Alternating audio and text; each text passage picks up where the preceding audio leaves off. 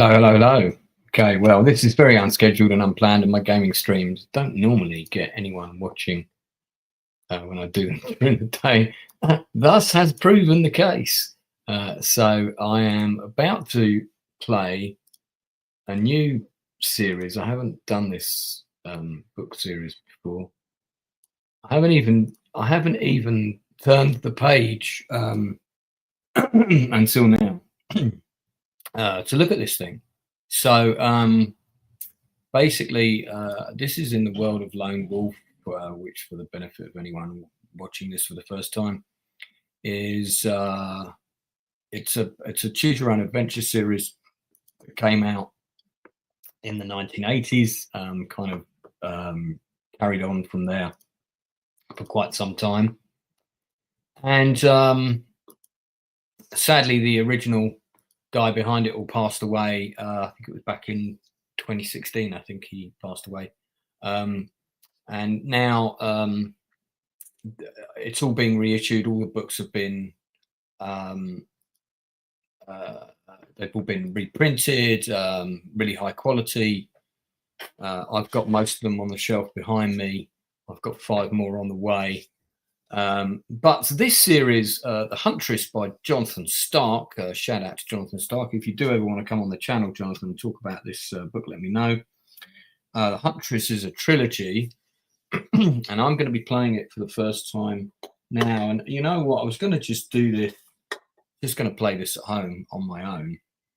And I thought, well, I might as well just do it. Yeah, I might as well just stream it. As I said, I don't get many people watching my gaming streams. I'm not really a gaming channel. I mean, I do gaming, but I probably should have a separate channel for my gaming, because it kind of appeals to a different demographic of people. But I just don't have time to run 2 channels right now. So if it's not for you, that's fine. I think people are going to pop in and out of this. All right, so the first thing you have to do is create your character, and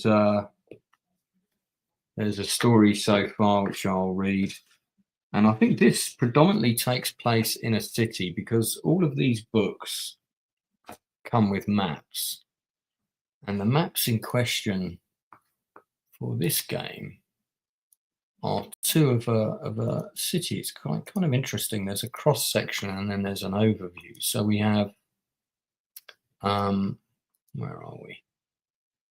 The window. Here we go. So we have a cross section of the city here, which is interesting. So I'm going to enlarge this slightly. So this is like a map of the city of Torren. If you're slicing it from the side, and you have, that's the shanty town, I guess, which is outside the main town. There's an underwater lake and some hidden riverways that eventually goes to the sea. Some unknown depths, which I dare say features all kind of nasty, horrible creatures. We have the main city here. And then underneath it, you've got like this system, this sewer system, the thieves' graveyard. I don't know what that will be. And then there's this chamber at the very bottom with a big question mark. I wonder what's lurking in there. So that looks interesting. So that's the side view of the city that I'm going to be exploring. And then there is also an overhead view map, which I'll pop up now. Lots of people popping in and out of this stream going, what's this? Doesn't look very interesting. I'm going, that's fine. So this is the city. I'm going to enlarge this as well. We'll have a quick look around it. So this is the long market of the city of Torren. Oh, okay. So this is not, I don't know if this is a map of the whole city. Clatterclop Lane here. At this time, in all of the wide realm of Summerland, will thee find the equal of the long market running down 1/4 of Silver Street, which runs across the magical city. So Silver Street, I don't even see that. Doing bizarre public stage.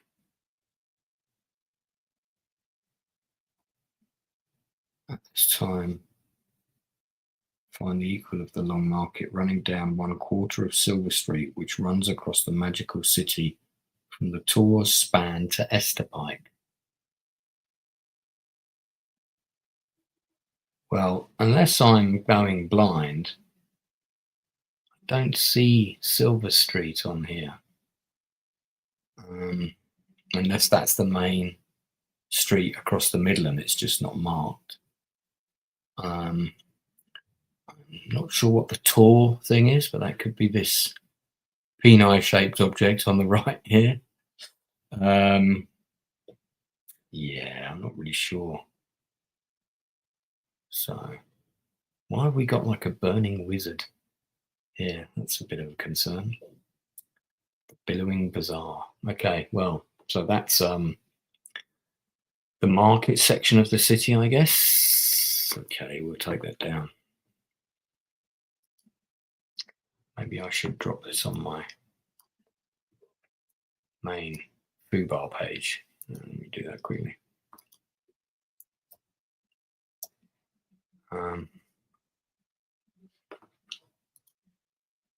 Oopsie daisy.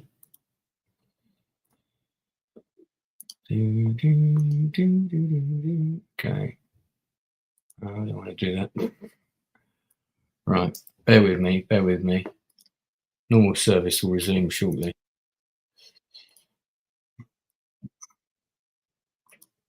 Okay. So.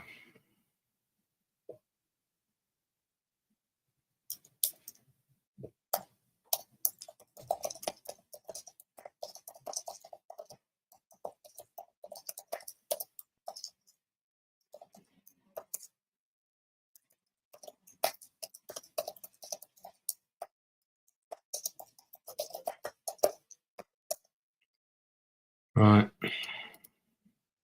Just gonna hop this on Facebook. There we go. Public, I think. All right. Now, all the Lone Wolf books are actually online, so I can, I can share it. I could actually share that stuff.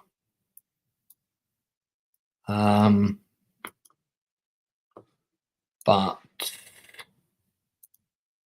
this is not. So the only thing I can really do is share the picture or share the map of Magamund. Just going to close off that page for a second. Let's close down that. I've also got my die rolling app. So we'll put the map up for the moment. Now, City of Torren should be on here somewhere, but for whatever reason, it seemed to be a bit limited. This is nowhere near the whole of Magamund. This is some of Magamund, but it goes massively east, north, west, and south of this. Why? I don't know. Here we go. I can drag the map. Okay. All right. Now I understand. So Torren, if I remember rightly, is one of those cities in, what was it called, the Lowlands or something? Was it around here somewhere? Because the original Summerland is where Lone Wolf starts. The first kind of stories all around there. And then you get into a load of stories in these kingdoms here. And I thought Torren was one of those cities, but I could be wrong about that. Maybe I'm misremembering where it is. I'm not sure. Anyway, all right. Well, maybe we could just get on and play the game, eh? Let's do that. Let's get on and play the game. Got a big bottle of water and some satsumas here, and I'm going to need them.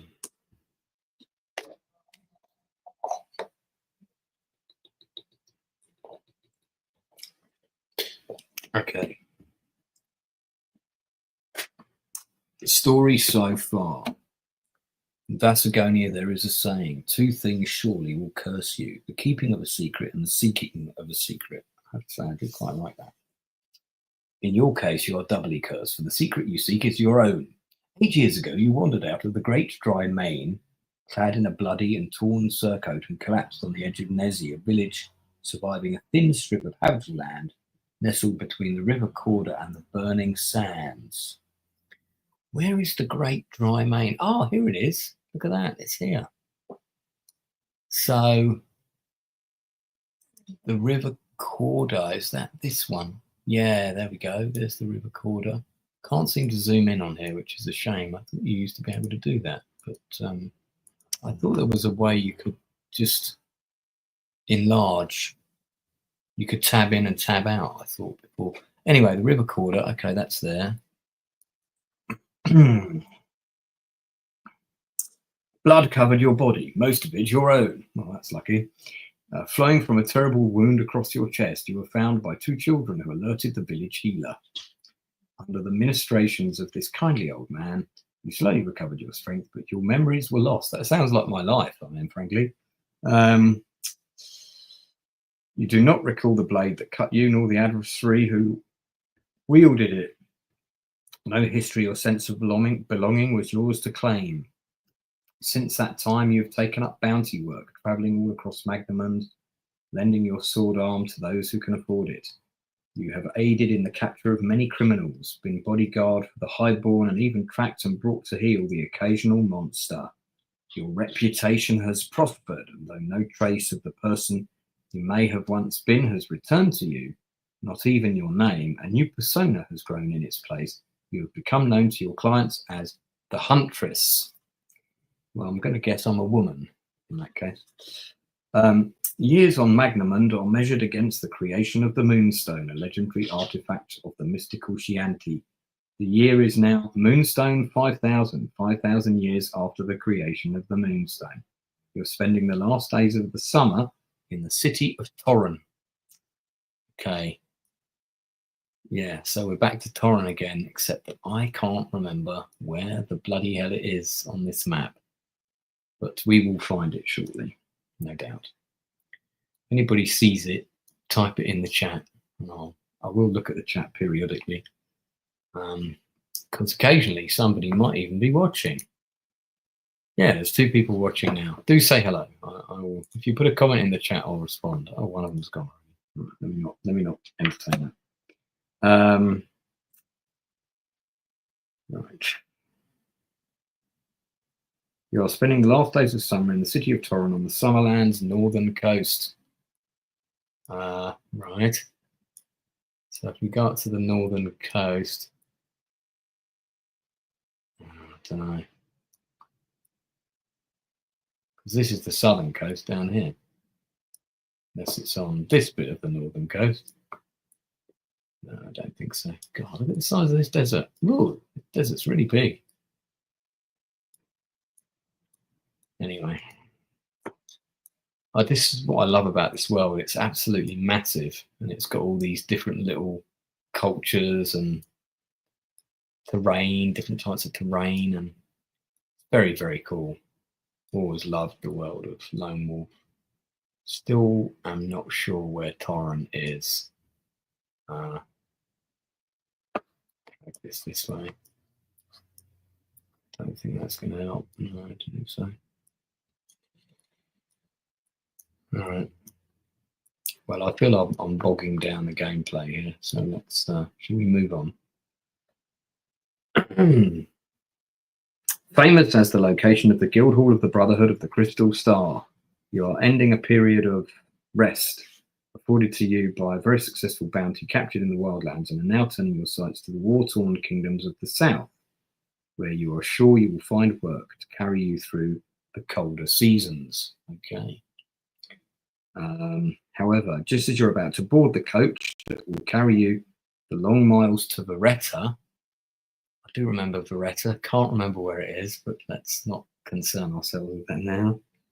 You're approached by a young page. He presses an envelope into your hand and then disappears back into the crowd without a word. Curious, you open it to find a message written in beautiful handwriting in golden ink.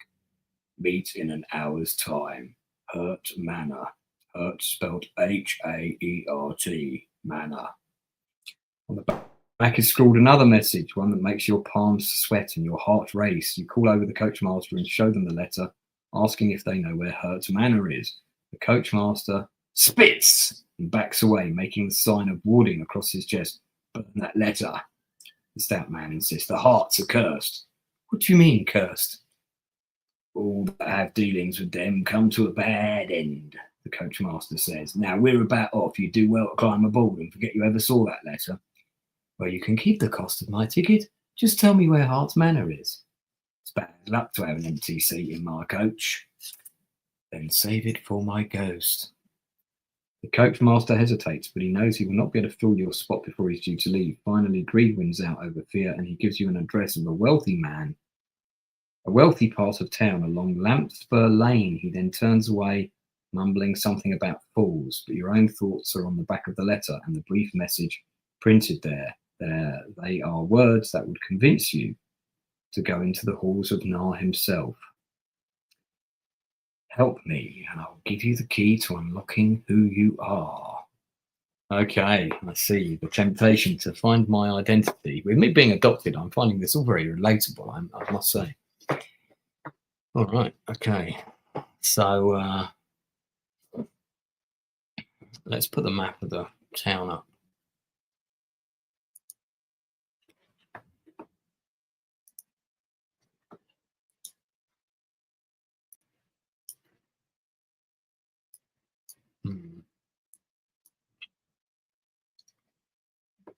Gonna make this a bit tiny. There we go.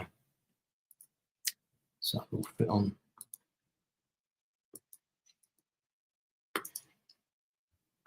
All right. Right, now I've got to create my character. So I've got hunting arts. After the extra arts you may receive later.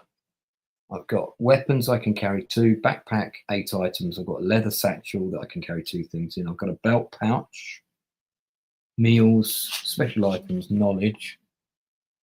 And then there's the usual combat record. The game rules.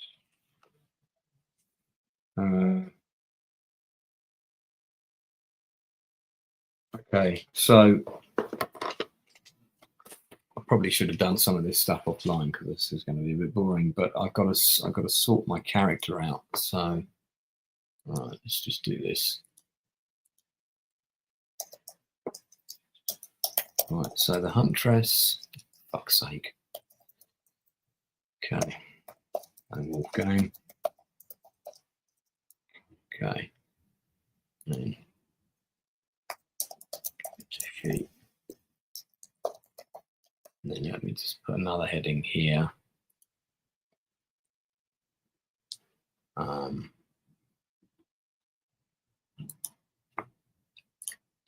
wolf. Ongoing campaign. Right, so I don't get this mixed up. Okay, so I've got endurance 25. Start with that. And then okay, Huntress is a series that takes place. Unlike other books, the Huntress is not a read from page 1 to the end. Instead, at the end of every section, you'll return to another specific section, usually based on choice. Sometimes you'll be in okay, fine. Right, I've got 10 solid dice. Yeah. Endurance 25 endurance points. So your memory is lost to you. You have regained an amazing ability for combat. You only have the various memories of your mentor in alchemy.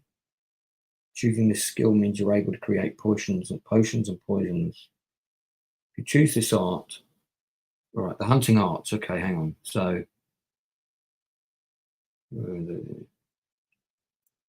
you have either recalled or mastered 4 of the following 12 arts. Okay, all right. So I've got 12 arts that I can. The hunting art. Okay. So there's 12 of them in all, and at the minute I have got 4 of them. So I've got 1, 2, 3, 4. Okay, I'm going to put my little character sheet up here so people can see what I'm doing.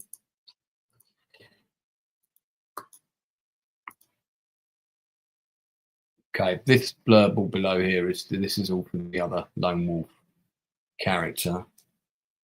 So okay, the ones that I can choose from are called alchemy, exceptional awareness, deadliest threat is the one you do not see coming. That sounds like one I should probably choose. Wordcraft, some battles are one with your blade, others are one with word. Okay, so that's kind of talking your way out of shit. Toughness, you add 4 endurance and it brings your total to 29. In addition, you're more resistant to toxins and so forth. Zantashi, the perfect cut.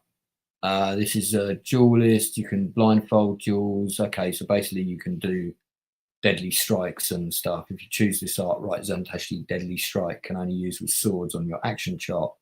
Zalasan, the cleaver's cut. This two-handed combat technique. Blah, blah, blah, blah. If you choose this art, heavy blow can only be used with axe wielded in both hands. So you attack with 2 axes. Okay, I don't think I'm going to choose that. I don't see myself as a dual axe wielding madwoman even. Thief's touch. Yeah, pickpocketing basically. Cat step. Traverse difficult terrain. The mark of a Gashari. 2 summers ago, you killed a demon creature. Left a mark on your cheek. There is a deeper effect. Sometimes you hear voices. Fuck that. Don't want that one. That sounds like PTSD. Death Kashar, Iskar's talons emulate the speed of a Vagasonian Avan who drops from the skies. If you choose this, you can throw daggers. Grover's Dash, Corval's Grip. Practitioners of Dorvadas are able to grab their opponents when close enough, setting them up for a variety of martial tricks, including throws, trips, disarms, grapples. Okay, Boris Gunner. A weapon made by the Dwarven people. Hand cannon. Okay, basically you can fire a gun. All right. I think I'm going to have exceptional awareness for one of these. So let me write these on my chart here. Exceptional awareness. I like the idea of being tougher, so I'm going to have toughness, which adds 4 endurance, giving me a total of 29. Don't think I'm going to go for either of those weapon things. I don't need the gun. But Thieves' Touch, I think, is going to be a good one to have. Cat Step, I quite like the sound of. Wordcraft, I quite like the sound of, and alchemy could be useful. Recipes, especially to do with poisons and stuff like that. So, but can't have them all.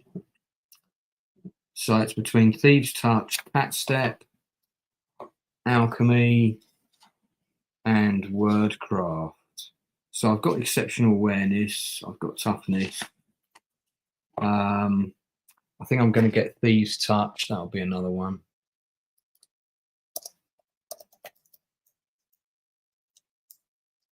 What's wrong with me? I can't spell today. Right, there we go.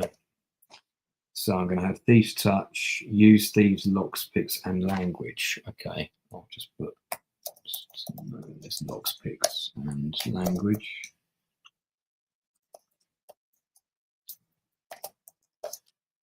Is that spelled right? Oh no, I've got an extra U there, haven't I? That was wrong. Okay. So cat step, no, I don't think so. I said cat step, wordcraft or alchemy. Let's go with wordcraft. I like the idea of being someone who can talk their way out of stuff.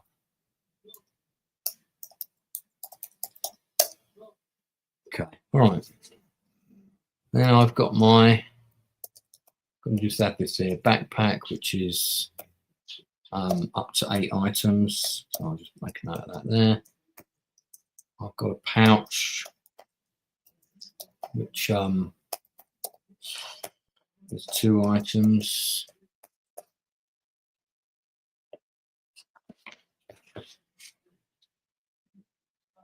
Oh, sorry, that's the spatule. The spatule is 2 items, and I've got a pouch which contains up to 50 crowns or whatever. Right. Pouch.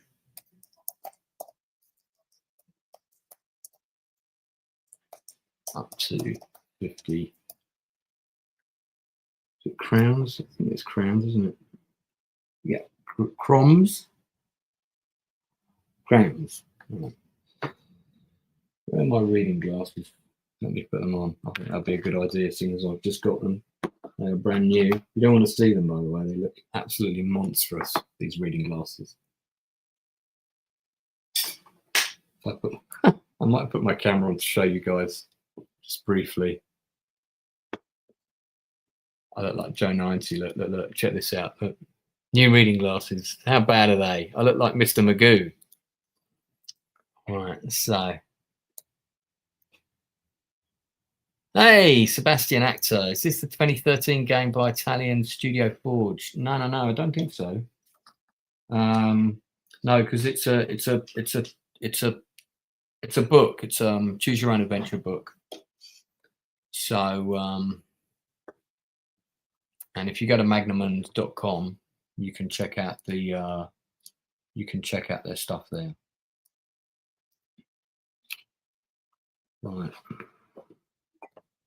Yeah, I've decided I do not like these reading glasses. They don't stay on my face either. They keep sliding down, so I think I might go back and see if I can change them. Okay, oh yeah, we've got weapons. That's fairly important. I can carry 2 weapons at all time. So I'll put my weapons here.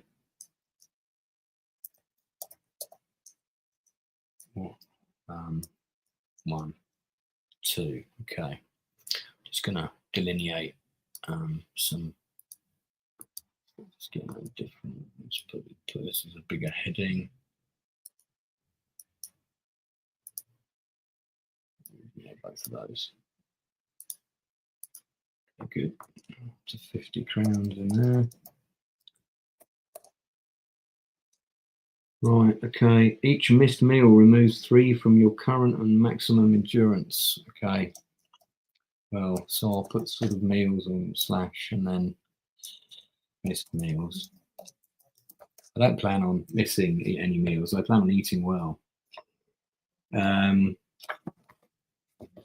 think the combat system is going to be the same as the standard lone wolf. Right, equipment. Okay. Sorry, the character creation section is rather laborious, but people seem to be watching this bit, so hey, what can I say? Right, so let's have a look. So no, do that. That too. Oh no. Okay. I was wondering if I can minimize my list there. You're dressed in traveler's clothes. You've got a tan leather vest, which acts as simple armor. Your cloak is new. It's black and well suited, keeping hidden in the shadows. Also hanging from your waist is a leather pouch containing the gold crowns left over from your adventures in the wildlands. To find out how many, pick 2 numbers from the random number table and add them together. This is the number of gold crowns you possess. Okay, so now we have to do some dice rolling. So I have a dice rolling app for that,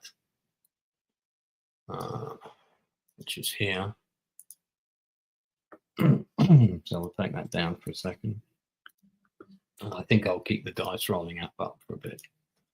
So we're going to roll 2d10. So the first one is an 8, all very good. And the second one is an 8. So I've got 16 crowns. Well, that's pretty good. So we've got 16, 1 6 in there. Okay. For weapons, you can choose one of the following: longsword, an axe, a dagger. Okay.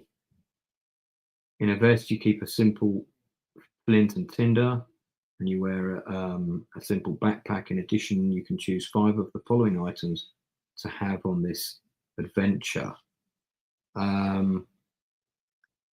Right.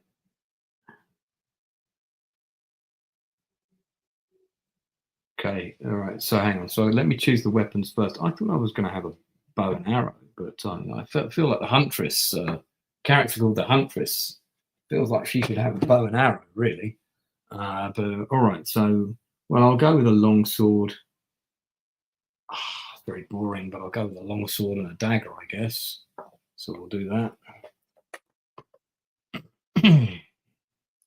So I'll just put that under my weapons. Damn, these glasses are annoying. But I can see a lot better with them, have to be said. Long sword, dagger. Okay.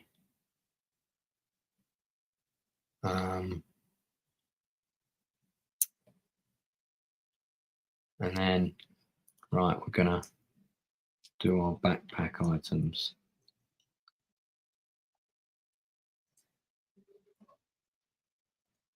Now, does each meal count as one? So any additional weapon? Oh, okay, I can put one additional weapon in my backpack if I want. Well, that's good. I add 5 to my current gold crowns, so that's going to go up to 21.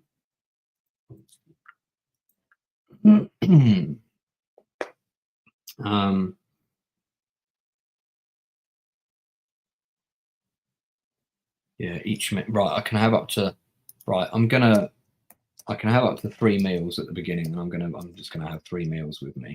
So one. Okay.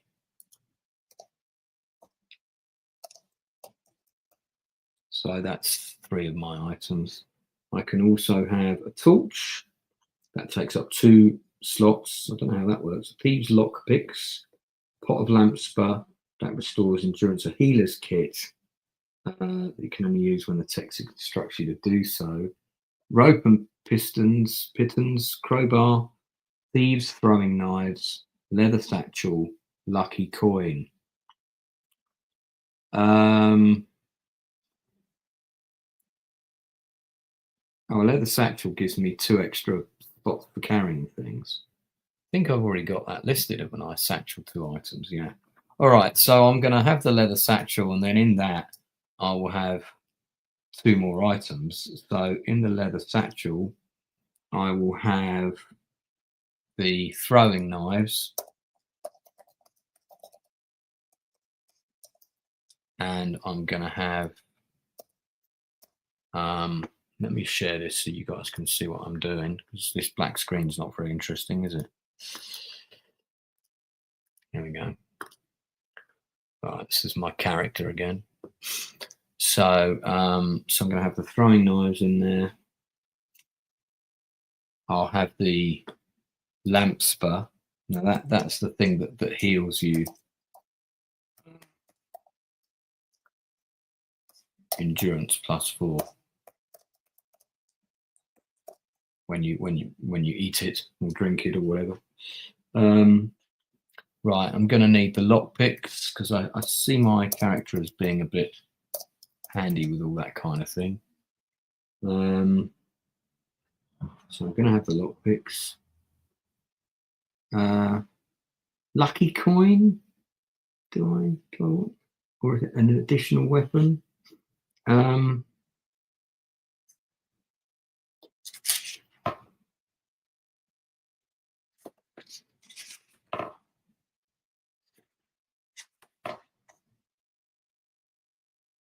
Right, I'll deal with combat when we come to it. Okay, well, I think I might as well have. I feel like, based on the map that I've seen of the city, and for the benefit of those people watching, I'm going to show you that map again in a second. I'm gonna have the rope.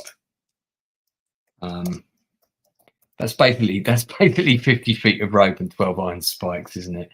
That was like the first thing we always used to get when we were playing D&D. 50 feet of rope, 12 iron spikes. I guess I'm going to have a lucky coin. Better be lucky. Taking up space in my backpack. I think I can pretty much fit everything. Crowbar. Oh, I can have either the crowbar or the torch. Let's go with the torch. I feel like I might need the torch. The torch takes up 2 spaces. There we go. So that's everything. All right.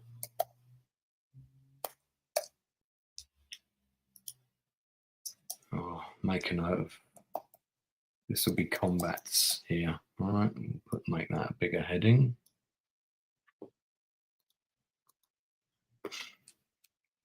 Okay. Special items, special recipe list, resting.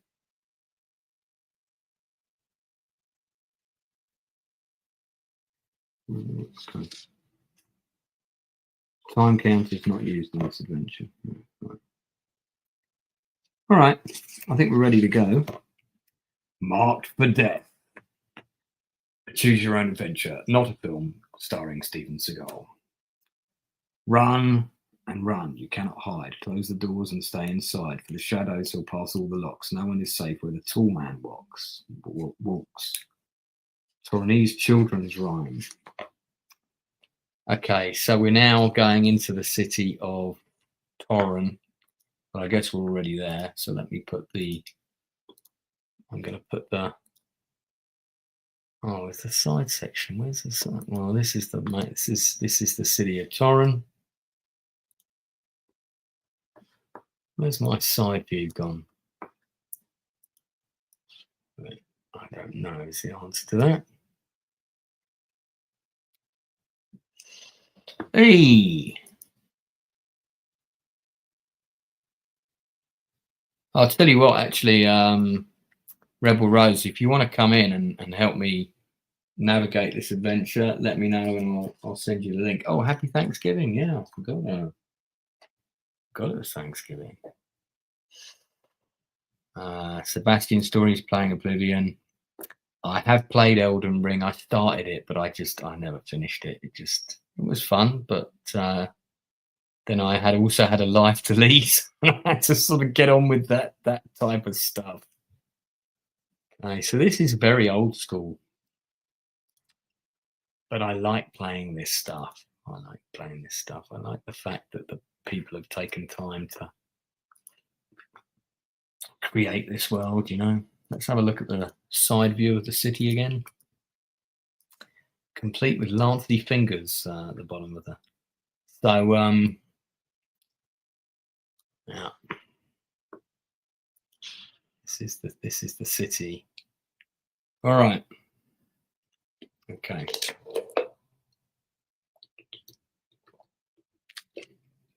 Now, as I make my choices, I'm going to put the numbers in the chat.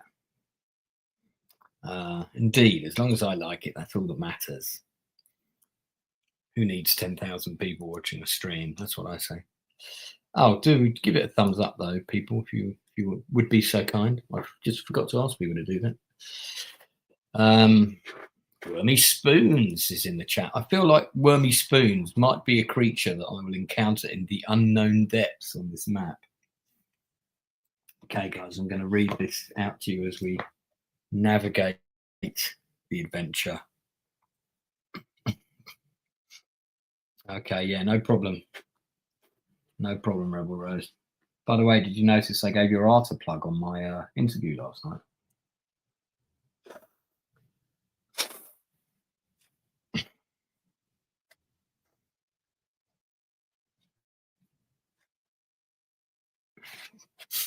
Right, here we go.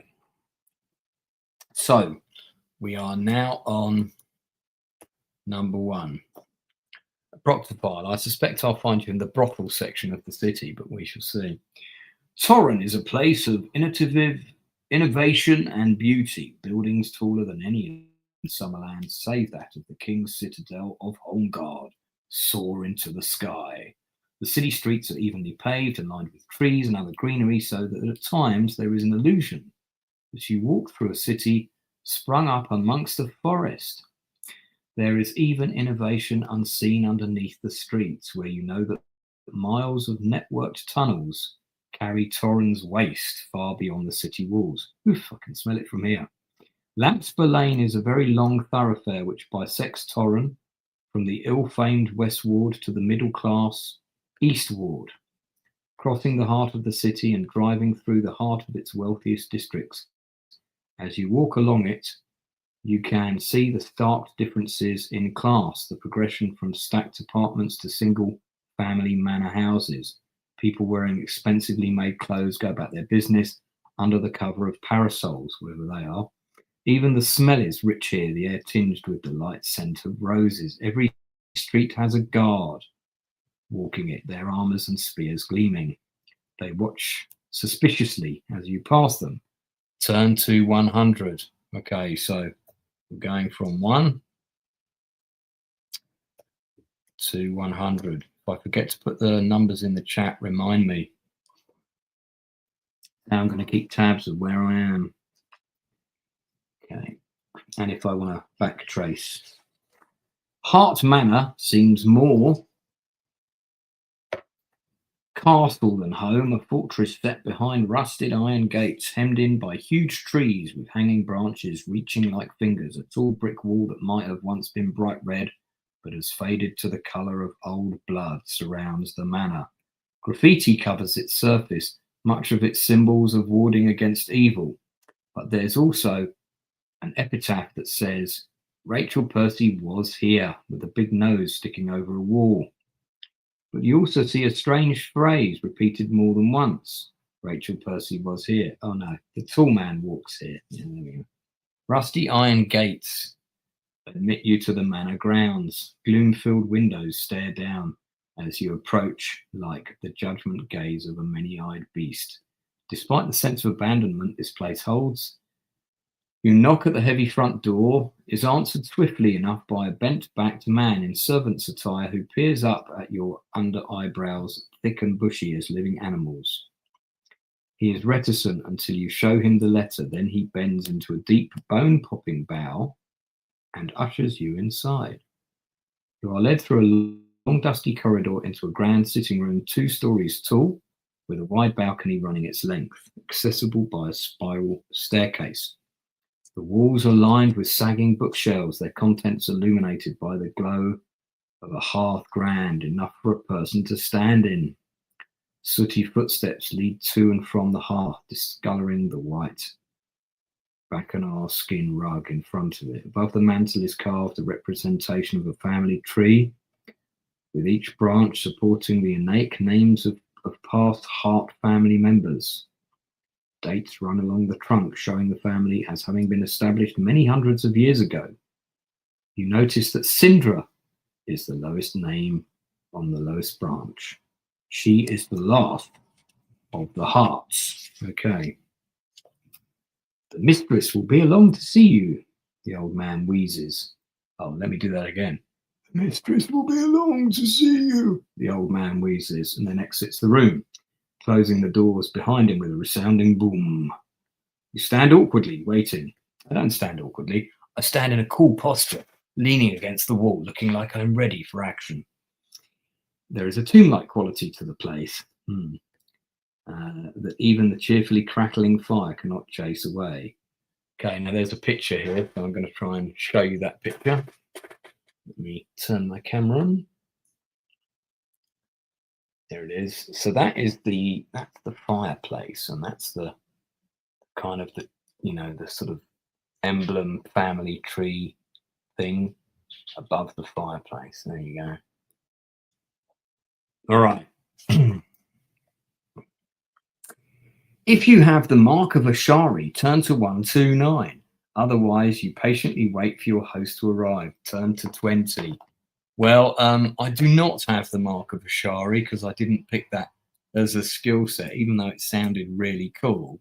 But it also sounded like it came with a shitload of PTSD, and I have that in my life already. So let us turn to page 20. Okay. Yeah, it's quite well written. My credit to my compliments to Jonathan Stark. I think he's got quite a nice writing style. I will now put up the map of the city, which we also have here, or at least a map of part of the city. All right. And we went down Lampsper Lane.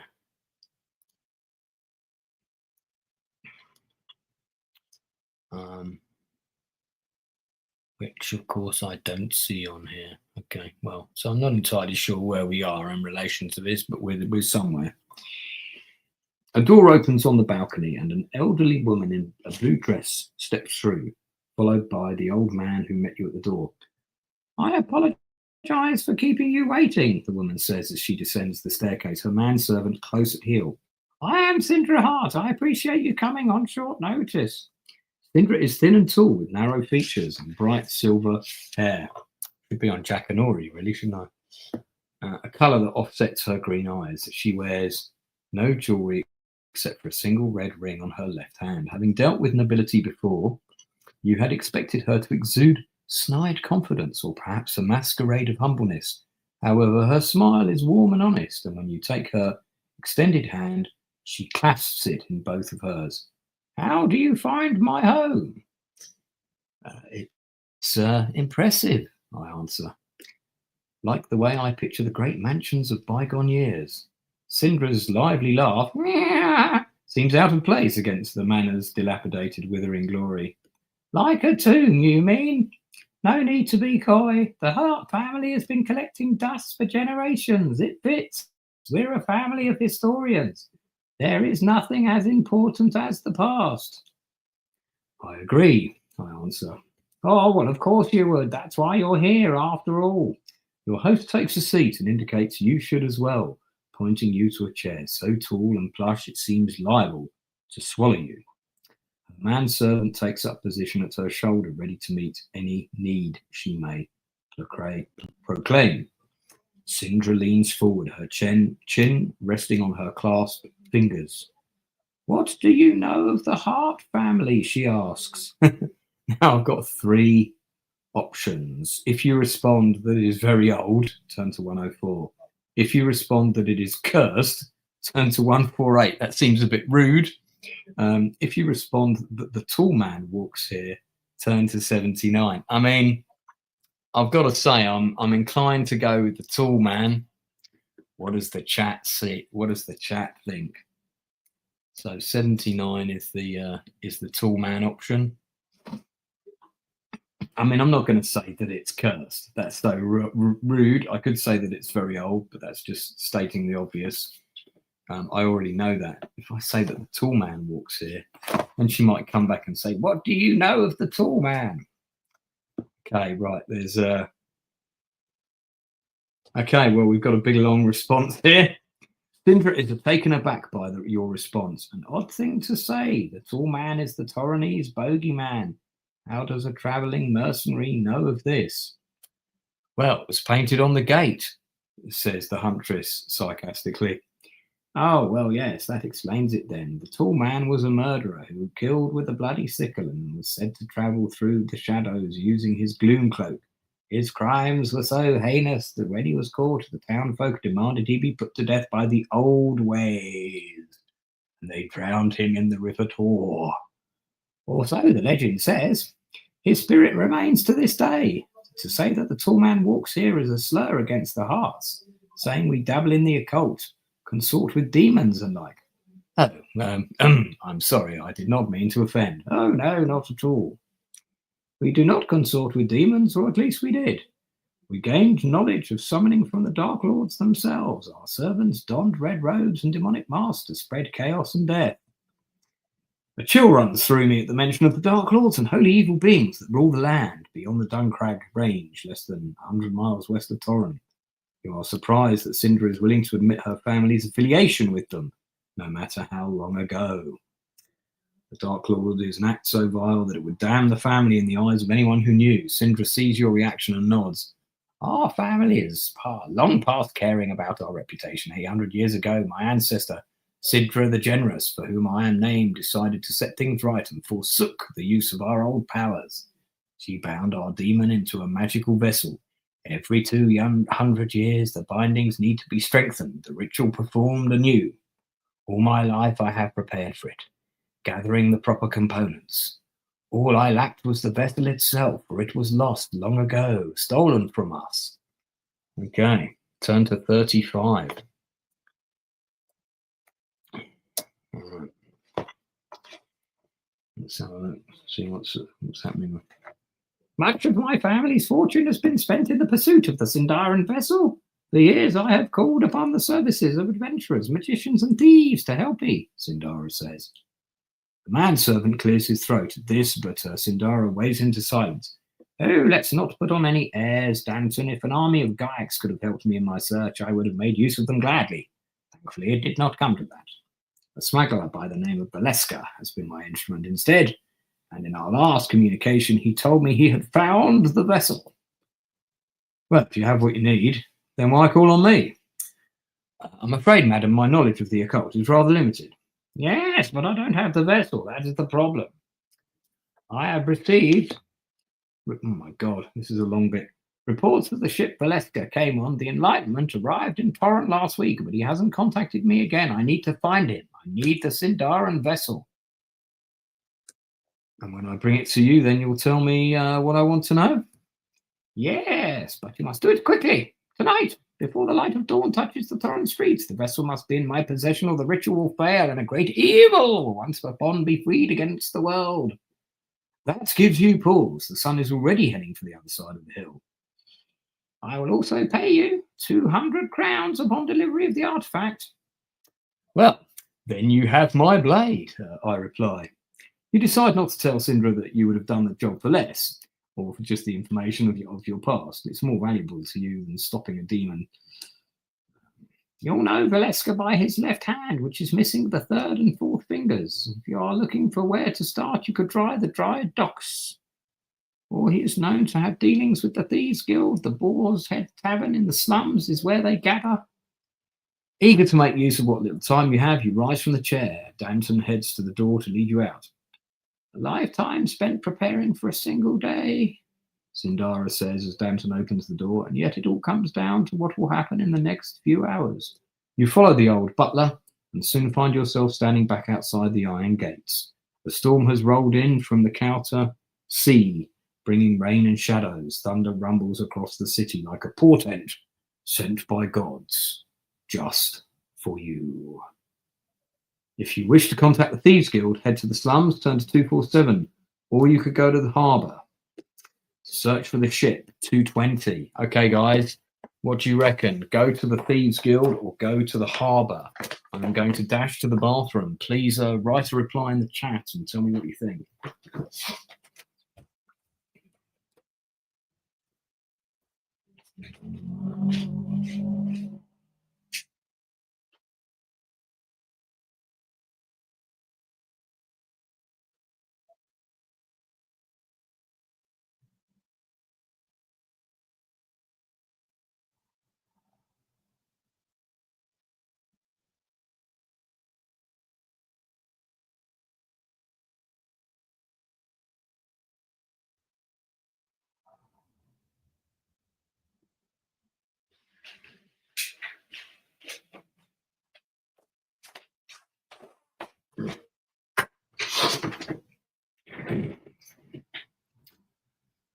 Okay, Wormy says go to Fishtown. Sebastian says Thieves Guild. Okay, well, Proctofile, looks like you've got the deciding vote. So I vote harbour. Okay, we're going to the harbour, guys. The harbour is 220.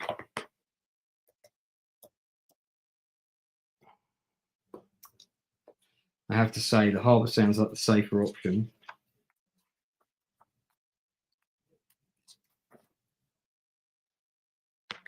The harbour is full of shouts and curses of sailors. Fucking hell, mate, when are we going out next? What's all this then? Smells of salt and fish. The sheer number of the ships anchored at the dock is impressive. 24 different figureheads stare down at you. Roaring monsters you do not have names for. Mermaids baring their breasts. Maiden running splintered fingers through wooden hair. The Enlightenment turns out to be a wide schooner sitting low in the water. There is no one guarding the gangplank. However, you've hardly set foot on the deck before a rough voice hails you, and a sailor with a gaping cleft palate pokes his head up from behind stacks of coiled rope. "Who the hell are you?" he shouts in a coarse accent. If you have the art of wordcraft, turn to 25, and then otherwise it gives me two options of what to say.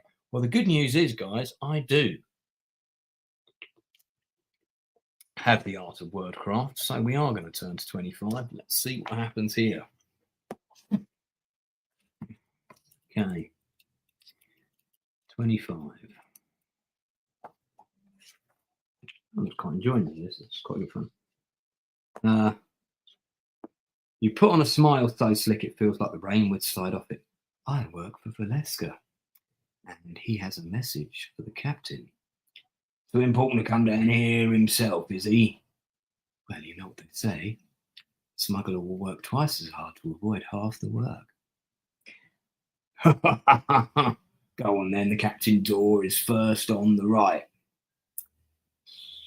He waves you towards the stairs going below decks. You follow them in a long corridor. The groaning, creaking of the ship all around you makes your skin crawl. You've never been comfortable on ships. The captain's door is immediately on your right, but further down the hall, you see another door slightly ajar. Do you wish to enter the captain's quarters? Or do you wish to explore the other door instead? Oh, so shall I be nosy? Or shall I just go to the captain's? I think I'll be nosy, which is 92. Now, to come back to captain's thing is 210. So I'm going to put that in brackets in case I want to backtrack. Okay, so we're going to go 92, because I can always pretend I thought it was the wrong door.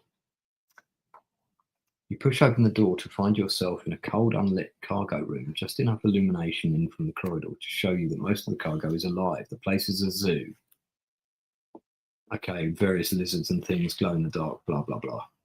A slice of light shines on the floor where a note has been dropped. You bend down and pick it up. Scanning the page briefly, it is a series of details on where the cargo is to be delivered. Valeska's name is listed next to all the animals as the seller.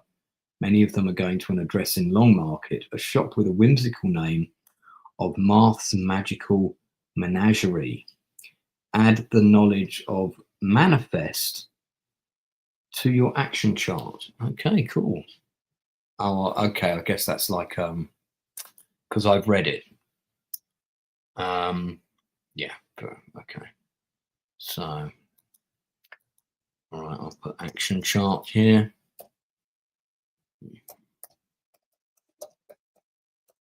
It's a shame there isn't a bigger map of the town, isn't it?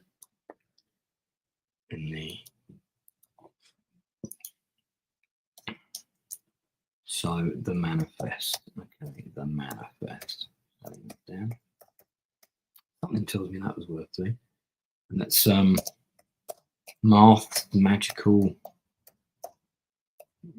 whatever. Make a note of that. You duck out the light in time to hear someone say, "Close her up until tomorrow. We won't be moving anything in this mess." The door slams shut and a heavy bolt drops across it. You wait until the voices drift away, then you hurry to the door, but it is shut tight. You have no hope of breaking it down without attracting the attention of every sailor in the ship. Desperate, you search in the dark for another exit. Feeling with your hands along the wall, you find a porthole just large enough for you to squeeze through. You push through and drop 15 feet into the sea. Sake. Pick a number from the random number table and consult the list below. Okay, right, so I've got to roll a dice. I feel like I should have just gone and seen the captain.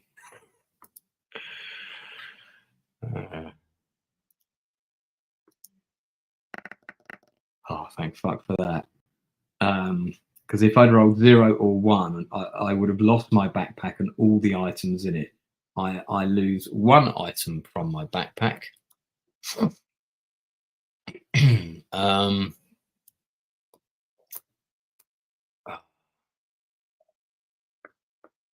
I'll lose one of my meals. Live with that. Nothing good can be said about your swim back to the docks, except that it was short. You pull yourself back onto land and find as a dry place as you can to bring out your boots before heading to the long market. Now, would there be no reason why I can't just then walk back to the ship, go back on, and then go and see the captain again? See, I think I could. There's no reason why I couldn't do that, is there? So let's do that. That's what I'm going to do. I'm going to go back to the ship, dry myself off, and then I'm going to say, yeah, sorry, mate, I got lost and I went for a pee, fell over the side, but now I'm back. You push open the door to find yourself in a spacious cabin lit by a lantern that swings slowly back and forth in time with the rocking of the ship. A miserable man with 3 days of stubble, deep circle under his eyes, sits behind a redwood desk covered in sea charts and instruments of navigation. When you enter, he coughs explosively in a hoarse voice. What in Niall's gloomy nethers you want? A man sailed with you recently, a man by the name of Valeska. I want to know where he is. That's costly information, even if I was inclined to tell you, which I am not. It's dangerous to go looking for a smuggler, even more so to ask his friends to give him up. Okay, I've got to roll the dice again. Handy as I've already got it up here.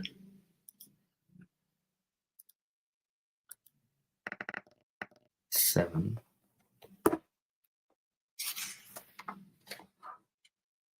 Roll a dice. If you have the art of exceptional awareness, add 3. Okay, so I'm going to 151.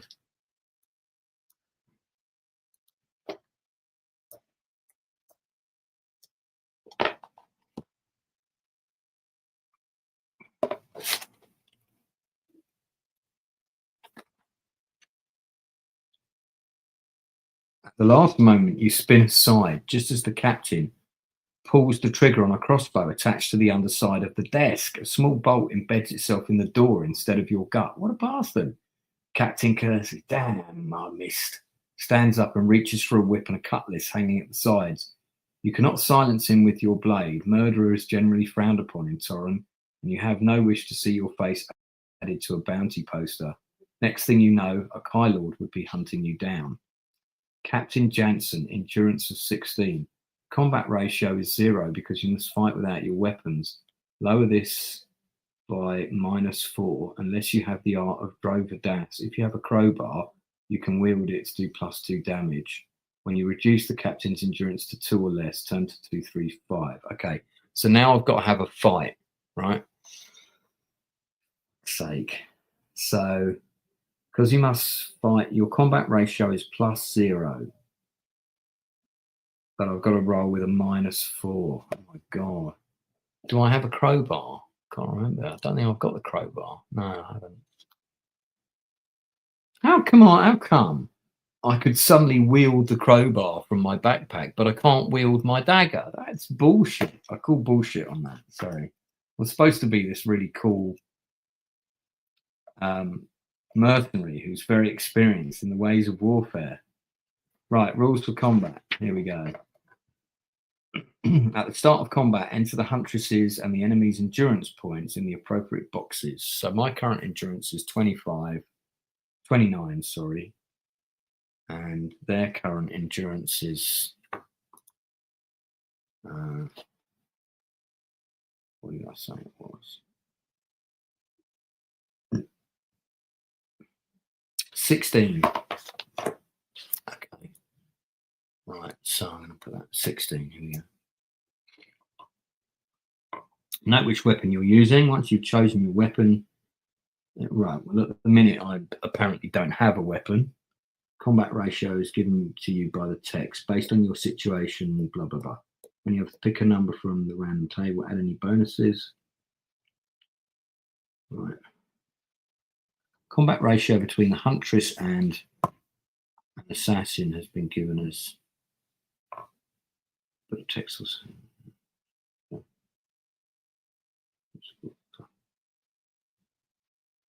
Okay, hang on, I'm a little confused here as to how I work out the ratio. Combat ratio. Find a number that is the same as your combat ratio. Turn to the combat results table.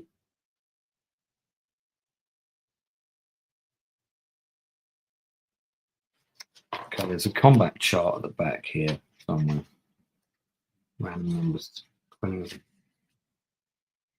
No, okay, maybe I'm looking at the wrong. Oh no, here we go. Combat results. Oh god, yeah, I remember. Okay, we're fighting on the -4 now. Now I remember. Yeah. We're fighting on the -4 chart. Okay. Random number. All right, here we go. Let's see how we do. So, first round of combat. 8. Right, so the enemy has lost 8 endurance points. Nice. And I have lost 1. So that puts them down to 8 already. I'm down to 28, which is fine. Roll another round.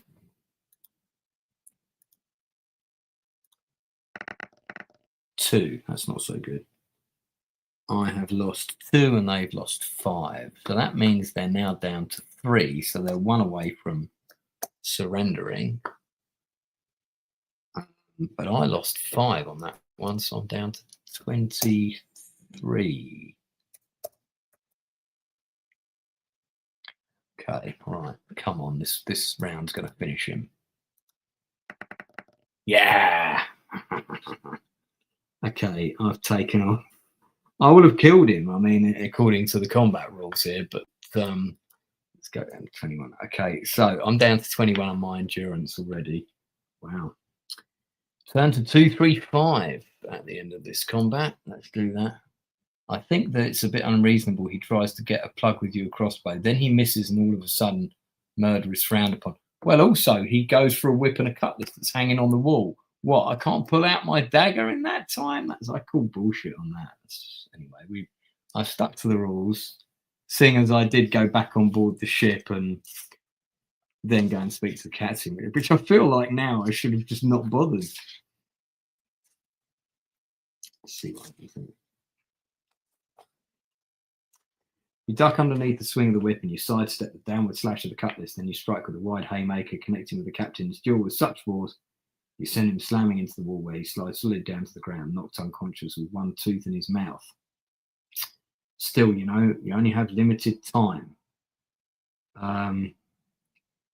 before his crew respond to the commotion. If you wish to search the captain's quarters, turn to 226. If you wish to hurry off the ship and go to the Thieves' Guild, turn to 247.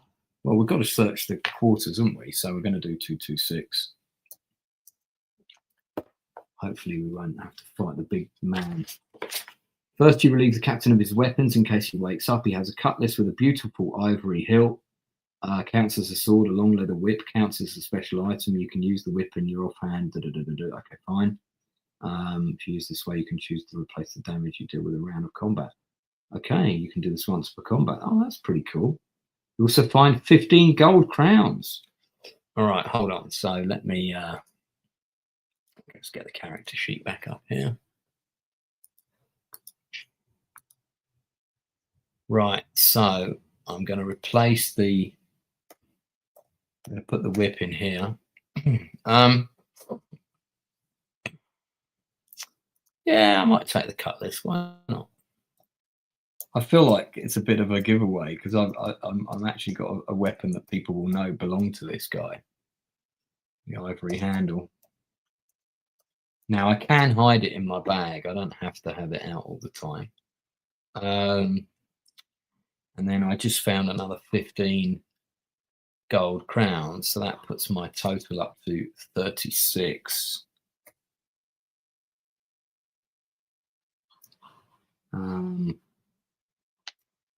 There's also a compass.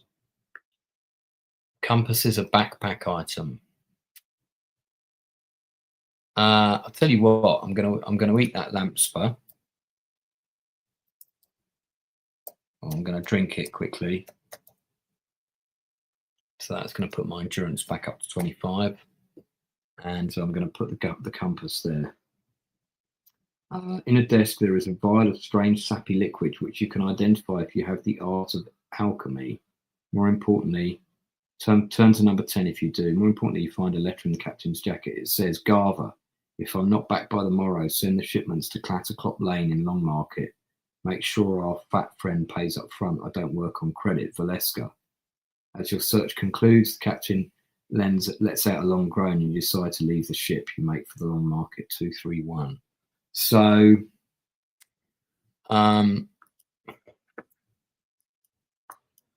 because the torch takes up 2 spaces, yeah.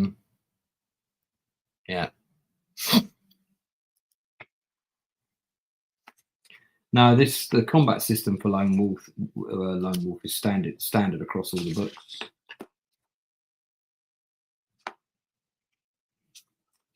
All right, so it was good that we searched it.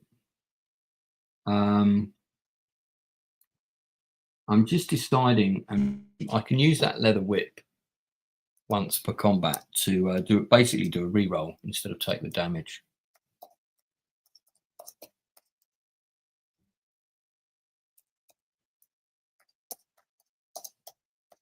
That's quite good. I'm tempted to take the vial of liquid, even though I don't know what it is.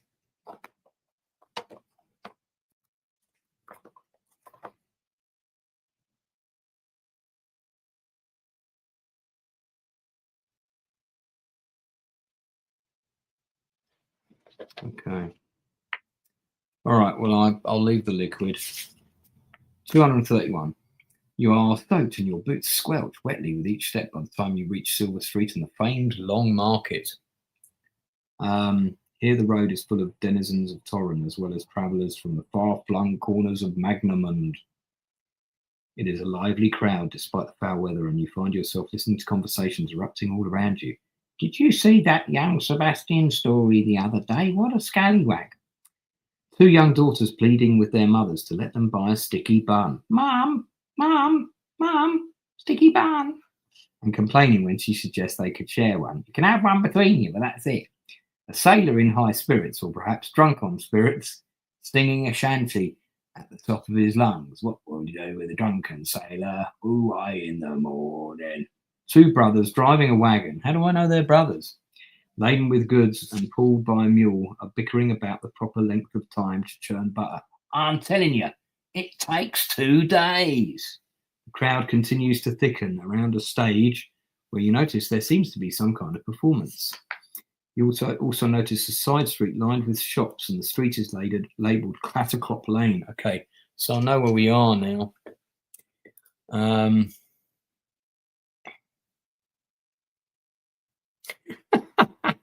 Well, now I've got my light whip. Okay, so let's have a look. Right. There's Clatterclop Lane. All right, we're near the public stage. That's where we are. Bottom left for anyone watching. Do I want to continue towards the stage, or do I want to explore Clatterclop Lane? Well, we might as well have a look at what's going on the stage. So to go to the stage is 57. Oh, we're currently on 231. Yeah, I did 57 to the stage. Got to watch out for pickpockets.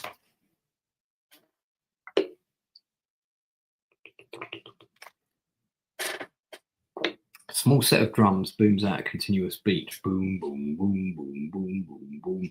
Played by an old man with a huge pack bouncing on his back. When the man stops, the drums continue without him, drawing applause from the audience. Despite his burden and evident age, the old man enthusiastically and energetically dances around the stage in time to the rhythm, proclaiming in a high, tremendous voice that he has inside his pack wonders great and magnificent, magic shocking, must be enough to make the magic-drenched Toronis grasp, and that sort of thing.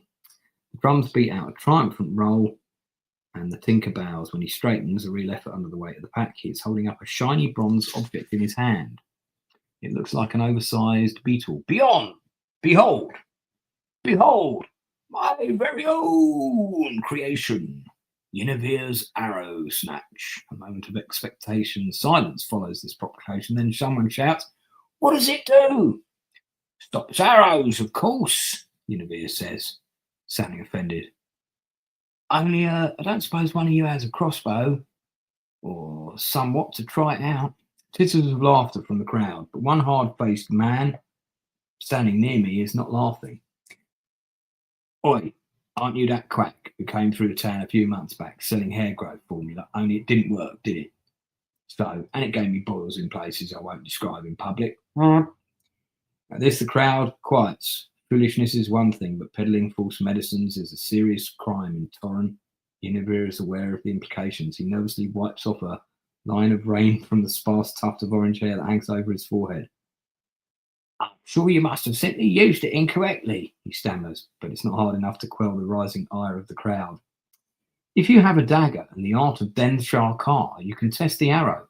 Otherwise, turn to 115. Well, I do have a dagger, but I don't have the art of Doodar what's it. So we're going to 1115.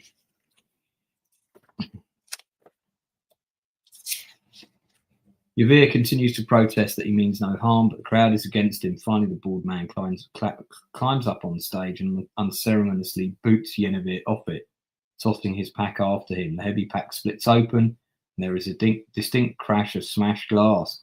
Yennefer cries out in dismay, but he is downed out by his drums, which land next to him, and immediately start beating out a cheerful tune. The crowd jeers and claps and join the show. Then they disperse to their business, leaving Yennefer to gather his scattered and broken belongings, muttering curses. You approach him and offer him a hand in cleaning up. "What am I to do now? No one will buy from me, and half my goods are smashed. Besides, I can't even afford a tavern for the eve. Never should have come here. Selling magic in Torren is like selling water in a lake." Then he looks at you hopefully and offers to show you what he has to sell. "If you have the art of wordcraft, you can barter the prices down by 4 gold crowns each."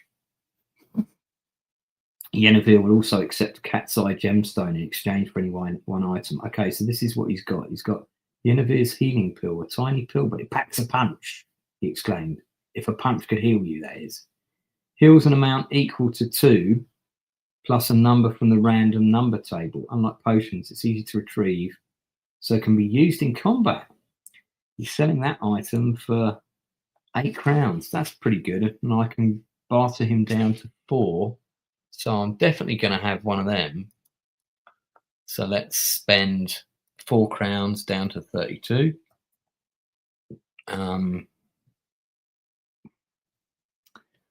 Yennefer's healing pill.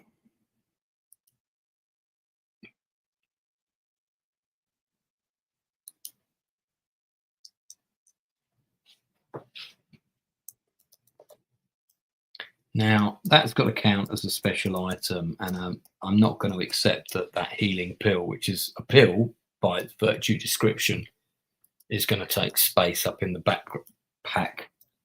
So I'm going to put that under special items. It's a bit ambiguous. But healing pill. So +2 plus a die roll and can be taken in combat. That's a really good advantage if I come up against a pretty nasty beastie. I could do with buying 2 of them. Arrow snatch, the odd special item, part mechanical, part magical, looks like a bronze beetle, can snatch an incoming arrow straight out of the sky. Never tested it, but you can for 10 crowns. which would cost me 6. Well, it's a special item. Yeah, it doesn't take up any room. Do I buy that for £6? And we've got auto drums. The backpack item takes up 2 slots. They play by themselves. I don't need the drums. Yavir's ledge catch. This unusual special item looks like a grappling hook, but is set in a small wrist crossbow. Breaks your fall. That may also break your wrist when it does. Just use it sparingly. 9 crowns. When you've completed these purchases, do you know what? I'm going to take the arrow snatch thing. Maybe it'll work. Maybe it won't. And that's going to cost me 6. So that takes me down to 26 crowns. I'm not going to have the drums. The ledge catch looks a bit... I guess you'd use that to cross a ledge or something. I mean, I have a feeling I'm going to be going into those caves. So but that's another 5 crowns. That'll take me down to 21. And it takes up... Oh, it's a special item, so it doesn't take up any space. Go on, then. Might as well.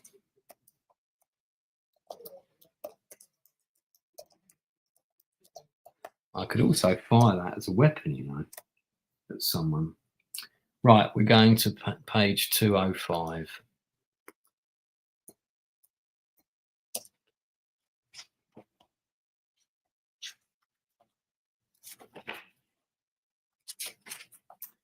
Continuing to explore the long market, you come to an area where huge billowing sheets dye various pleasant colours. Now, hang on a minute. I don't necessarily want to go that way. Earlier, there was an option to go to a different area. So I'm going to go back. I'm going to retrace my steps to 231 because I want to go to Clipperclop Lane. Clopperclop. And so I'm going to retrace my steps to Clipperclop Lane, and I can go down there by going to 188. So I'm going to do that. You're not going to trap me into your linear playing style. Shouts greet you as you enter Clipperclop Lane. Cries so loud they sing like passionate lovers. Fish, fish, fresh this morning. Cockles, mussels, and lobster too. Garments of every colour of the rainbow, yarn for knitting and needle and thread for mending, gifts for the young lady and honoured mother alike.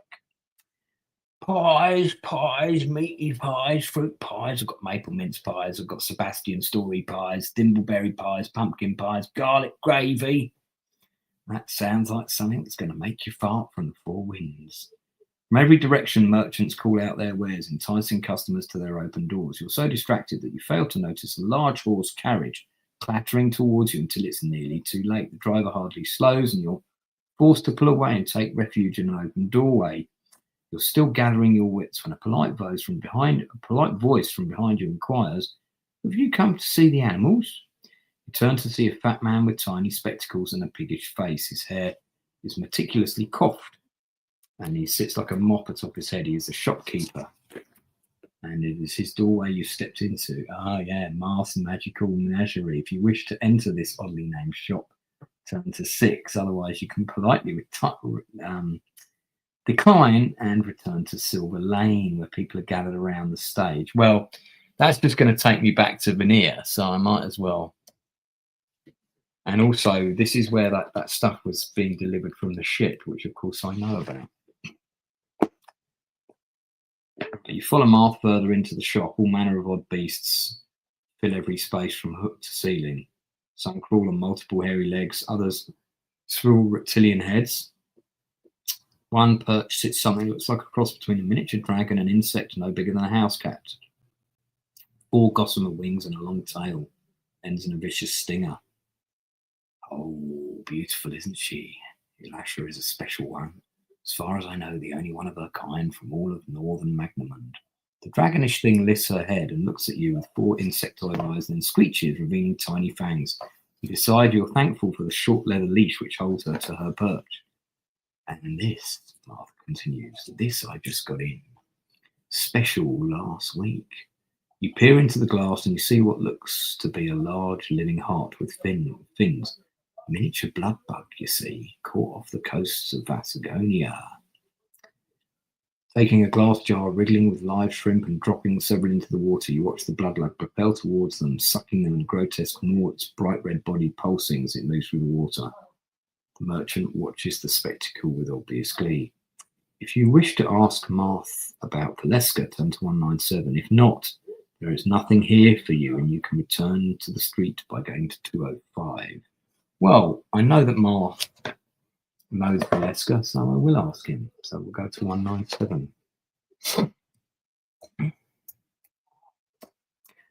actually in the market for some information. I'm looking for someone by the name of Valeska. He's a procurer of unusual goods. Do you know this man?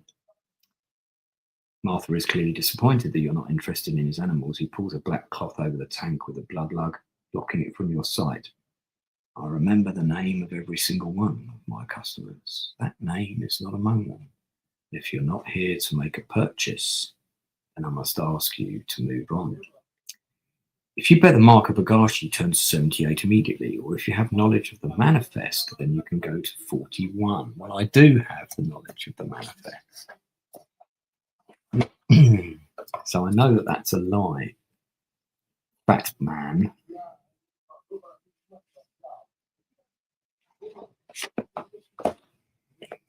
Actually, I think you do know Valeska. In fact, you are waiting to receive shipments from him off the Enlightenment.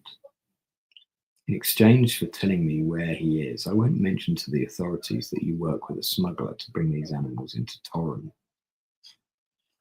Okay, I've got to now roll a dice. I won't bother changing the thing here. Let me just do it. Okay.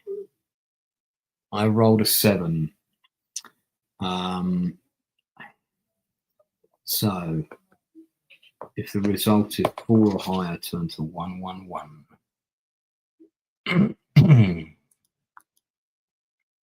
Which it is, thankfully, which I'm hoping is a good thing.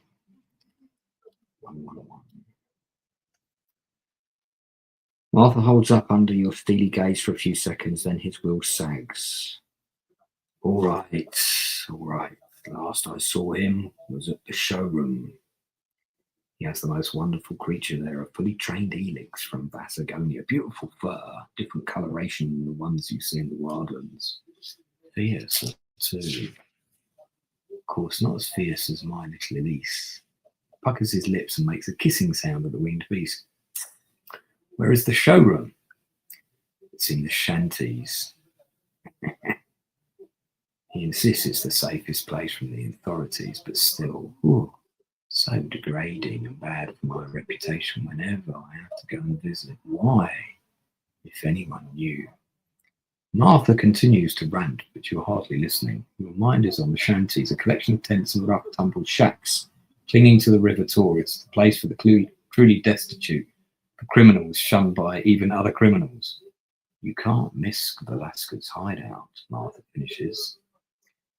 It's one of the only buildings built from stone. Just follow the river and look for the bangle painted on the side. A foreigner like you might call it a sea eagle. Now, if you've gotten what you wanted, go away. You smile and give a bow. I'll tell all my friends about your shop. 1, 4, 6. Okay, so we're going to 1, 4, 6. Your journey takes you beyond the city wall and across the long bridge that spans the River Tor. Okay, so we're going out of the city now. I'm going to put that side map back up again.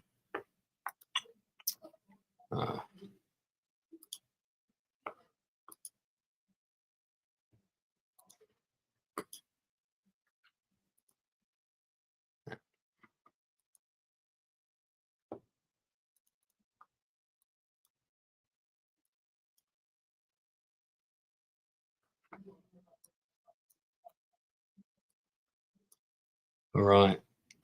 So I'm guessing we're going to want to go to the shanties and then into the secret tunnels, but let's see.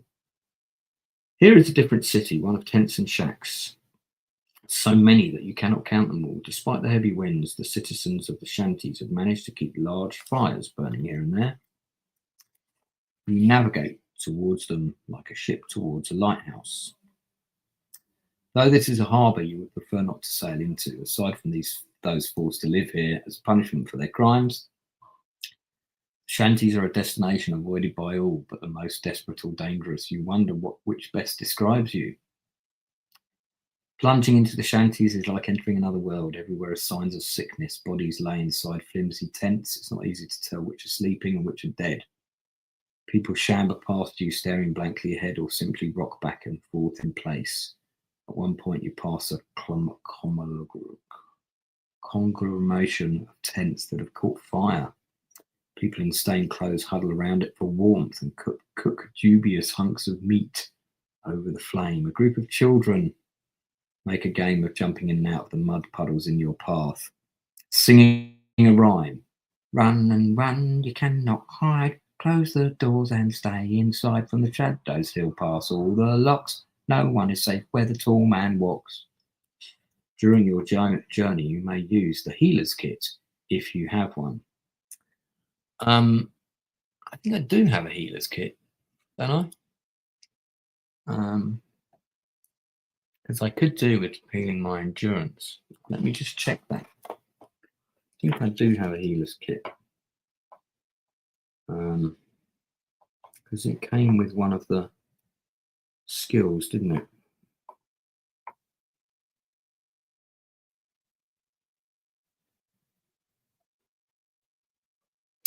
Oh wait, it was an item for the backpack. I don't think I did. I did get that. No, I forgot. Fuck. Oh well.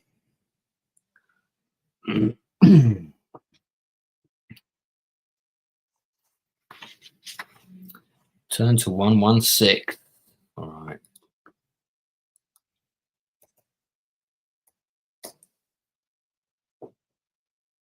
Okay. 116. For the benefit of those listening, I'm shortening the text a little bit when I read it out.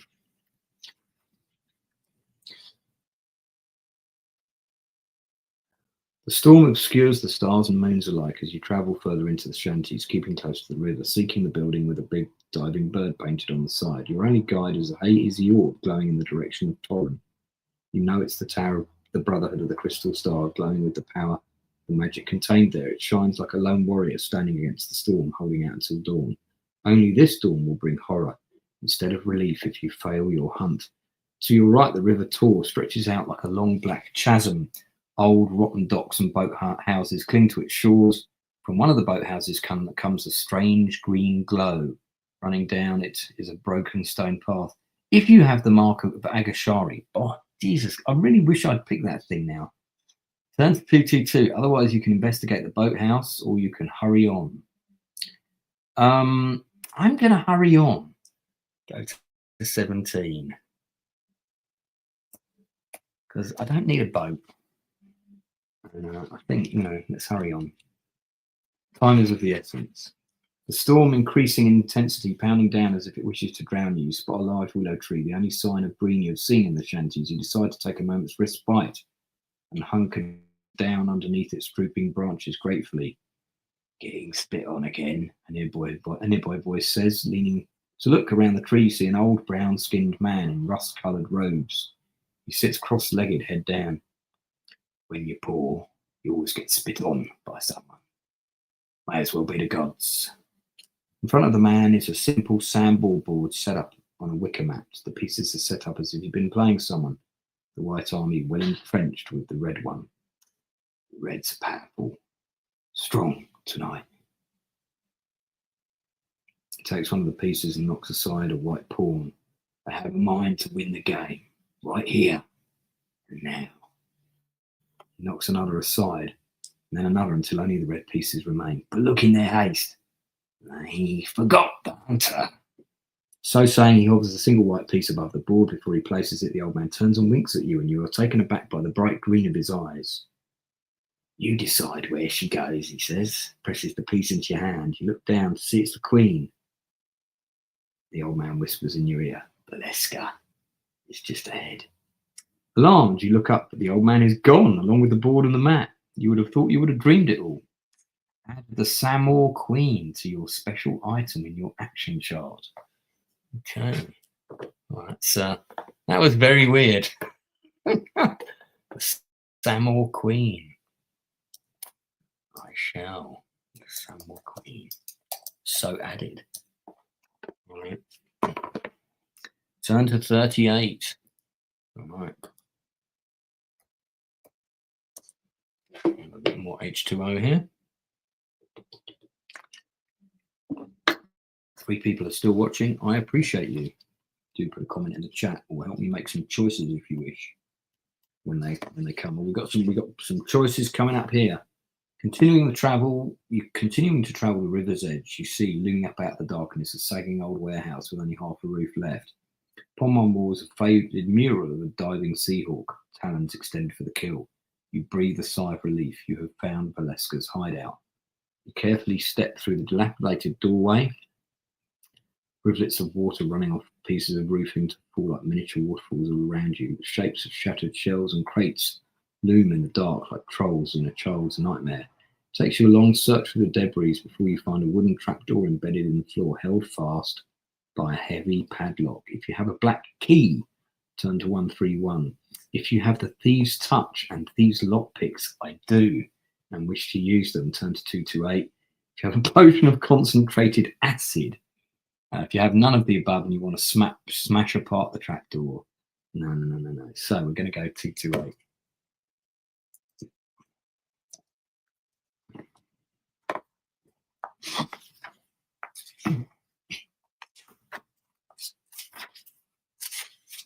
Feels like smashing apart the trapdoor would have been your adventure into. You retrieve the lockpicks and insert them into the keyhole.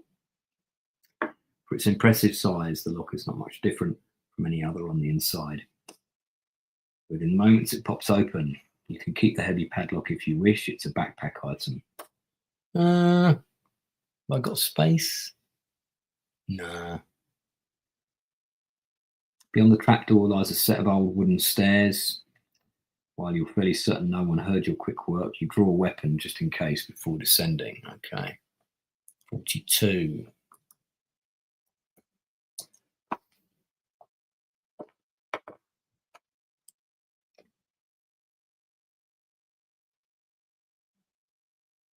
This is a big section. Descending the stairs takes you to a stone basement lit by greasy lanterns which reek of rancid oil. The room is a maze of shelves, stacked crates and chests, each labelled with its ill-gotten goods. Fruits from the far-off Desi, Wanlo from the midnight skirmisher from Caute. Before long, you come to a place where the corridors made by stacks come together in a crossroads. Here is a large, thick-barreled cell. As you pass, its occupant raises its tawny head and growls. It's an Elix, a descendant of the vicious Agashari who once threatened all of Magamund over 1,000 years ago. These apex predators may have fallen from their glory days, but can easily kill even a skilled opponent with their deadly claws and lightning-fast reflexes. To have one in a cage here in Torren is unthinkable. If it were to get free and get into the slums, God, you shudder at the thought. A man comes around the edge of a pillar of boxes. He is middle-aged, not unattractive, with streaks of grey powdering at the edges, his sweat-backed hair. He is gnarlishly dressed and jotting notes into a red journal, which he holds in his left hand. He is missing the third and fourth fingers. Valeska. I've been sent by, but you never get to finish. Valeska drops his book in surprise, looks up with a horrified expression on his face. You'll never get it, he says, and darts to the cell door, drawing the bolt back and keeping it shut. The door swings open and bangs against the stone wall loudly. Valeska fumbles in a coat pocket and draws out a silver whistle, which he blows into as he retreats around the corner. From within the cage, the Elix opens, luminous yellow-green eyes, lets out a hiss. Scars line its feline face from the results of years of training at the end of a cruel Vasconia whips. God, this thing's got endurance of 38. This marks the beginning of the combat. Oh my God. Now, thank God I got that that magical healing thing, because I'm going to need it. My endurance is currently 25. Choose which weapon you're wielding.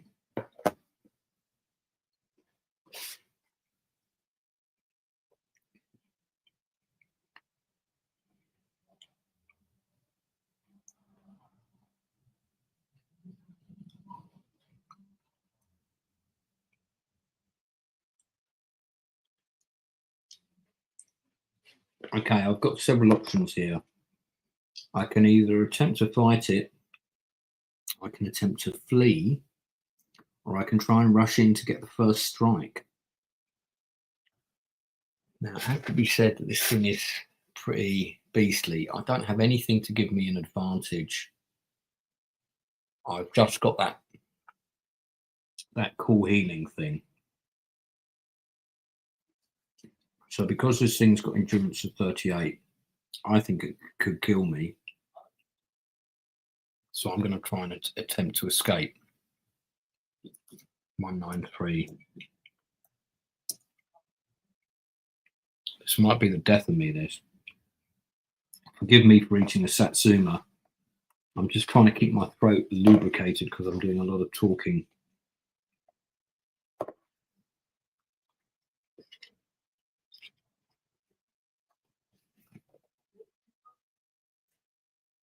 Your heart pounds in your chest as you flee past the stacked crates. Ahead of you, you see Valeska disappearing down a trapdoor. In his haste, he leaves the door open. You put on an extra burst of speed, but even as you do, there's a horrible yowl from behind you. Hear the swift padding of the elixir's paws. Pick a number from the random number table. If you're under the effects of a letha or have a cat's step, add 2. If the elix has more than 25 endurance, subtract 3. Shit.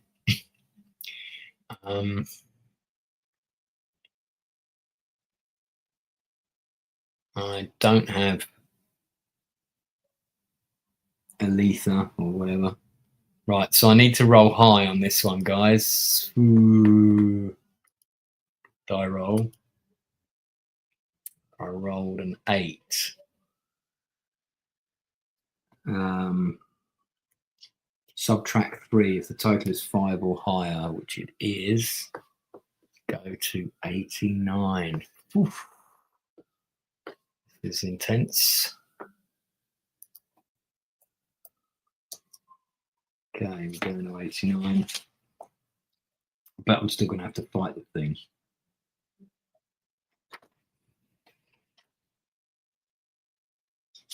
You reach the open door and see a ladder leading down with Elixir's jaws snapping at your heels. You swing down onto the ladder and pull the trapdoor shut, just managing to slide the deadbolt across it, for it shakes on the weight. The reverberation is so strong it sends you falling backwards off the ladder. You land hard on the wooden floor, lose 2 endurance.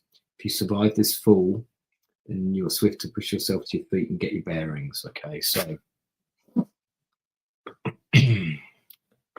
my endurance is down to 23.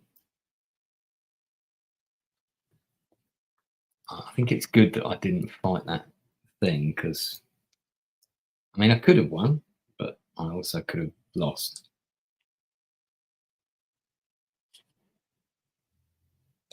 I think losing is more likely.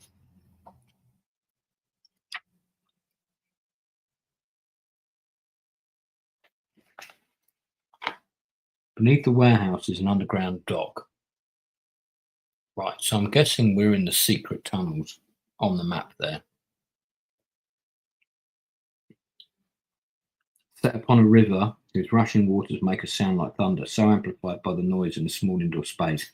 The waters sweep away down several large tunnels. This must be a way for Valeska to quickly leave the warehouse and escape out to the river Tor. The proof of your theory rocks back and forth in the canal. There's a small boat with a lantern, which illuminates the entire secret dock. Above it stands Valeska. When he sees you, he draws a dagger and backs away down the dock, still gripping in one hand the rope, and holds the boat anchored.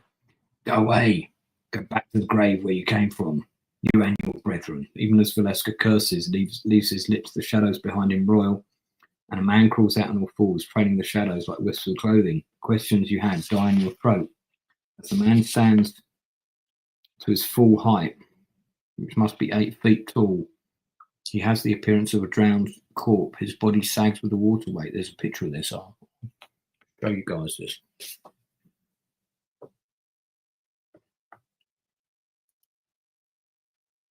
This thing. Yeah, very unpleasant. From his shoulders hang only clothing, a rat-chewed cloak. It's upsetting contrast to the rest of his rotten body. The teeth gleam like fresh teeth of a toddler. Each is oversized, as though blocks of white quartz were bedded into his gums. Valeska spins round, letting loose a scream.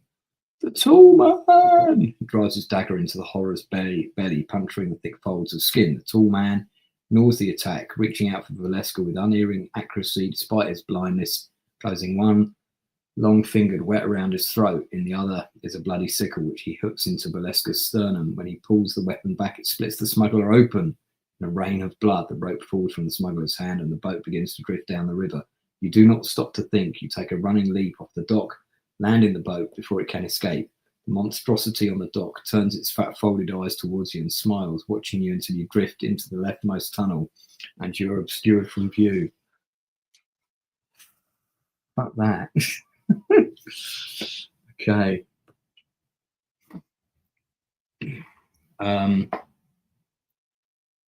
So I've now gone to 173.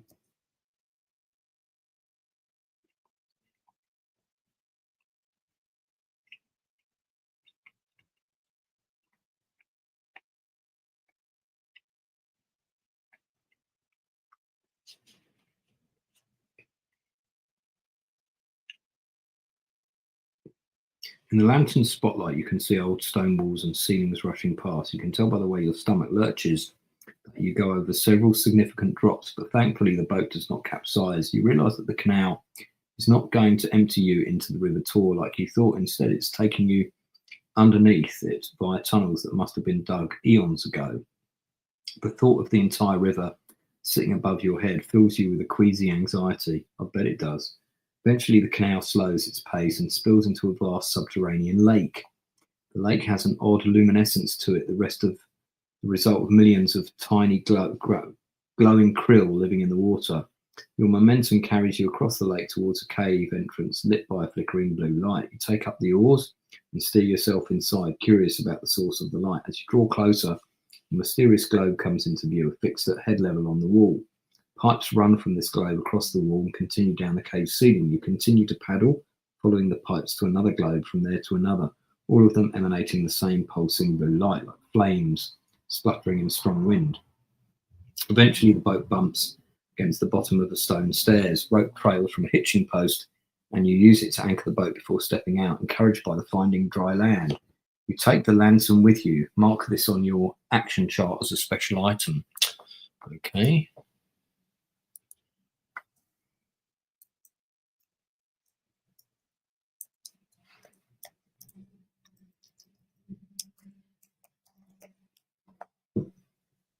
Also, there is hastily packed sling sack sitting on the boat's floorboards.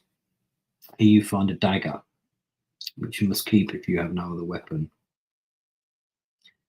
You have the following backpack items.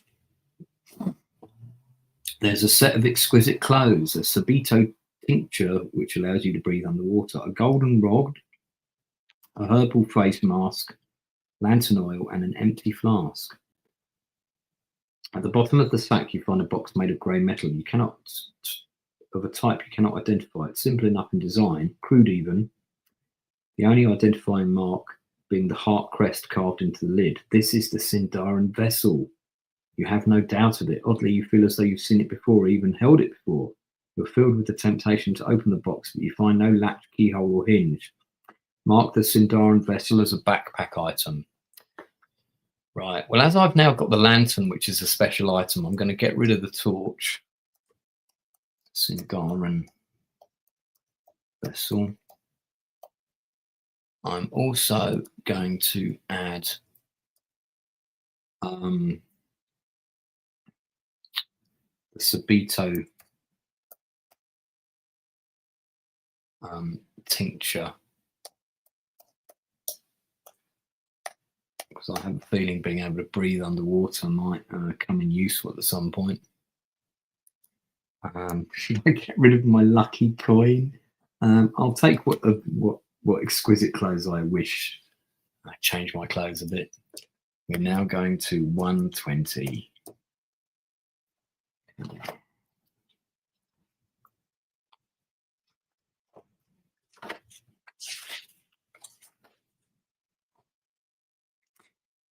The steps take you up to a man-made doorway and into a large, wondrous room. It's carved from stone, just like the passage, through thick rugs that cover the floor, make it feel like you've stepped into a noble's home. The room is lit by the same blue lights, illuminating lines of drawers and shelves, cabinets and cupboards. Strange instruments that almost look like navigational tools litter the surfaces. A fine layer of dust covers everything, and you do not believe anyone has been here for some time.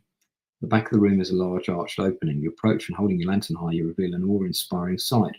Chasm beyond is filled with water wheels of the sort you might see turning a lazy Summerland stream. Only these are gigantic, 10 times the size of any water wheel you've ever seen. These pedals are so grand, they could easily fit 4 men on them.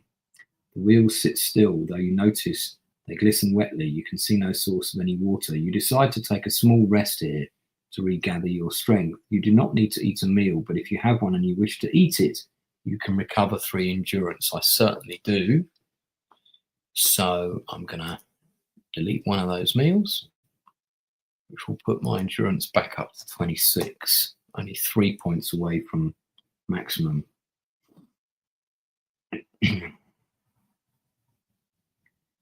Afterwards, if you're still in need of healing, you can focus on recovering more endurance and reading Valeska's Red Book if you have it. Turn to 187 if you wish to do this. Alternatively, you can spend time searching. I'll see if I can heal a bit more. So let's go to 187 because I've got the healing arts. Yeah, the books are good, Sebastian. You can buy them. Just Google Lone Wolf books, you'll see them. 187.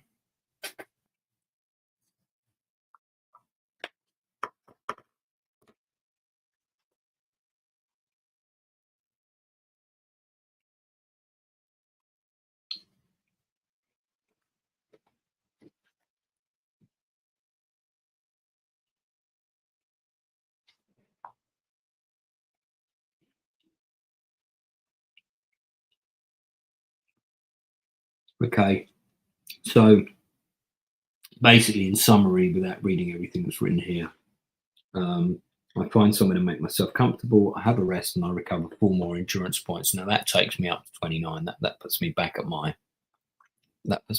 maximum. Great. While you rest, you consider the situation. You recall stories of the hidden depths beneath Torrent. So this must be that room with the big wheel in it. Here. Interesting. Where architects built the sewers, bored into natural caverns which have been created in the early days of history, secret places where the light of day has never reached and the footstep of man has rarely been heard. You believe he must have wandered into these caverns. Though the thought is not a comforting one, you at least draw some solace from the fact that there must be a way back out. If you can find the sewers, you can find the surface. If you have Valeska's Red Book, turn to 141. If you do not, turn to 11. I don't have it.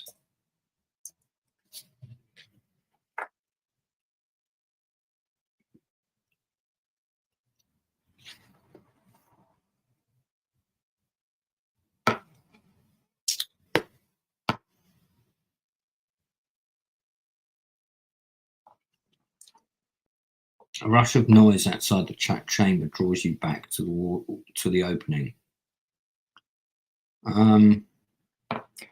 Well, before I do all of that, there was an opportunity, wasn't there, to look around the room. I feel like I want to do that first, so I put it back to 120.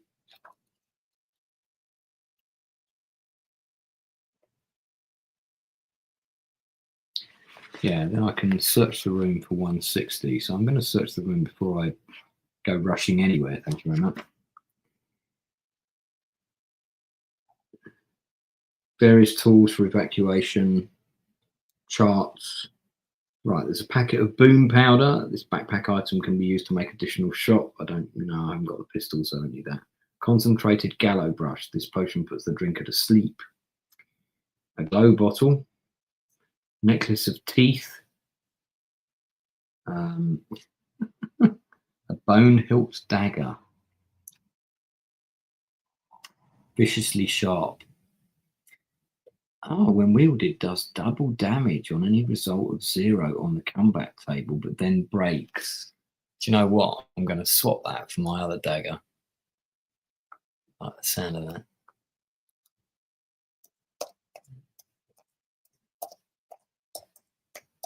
Start with that.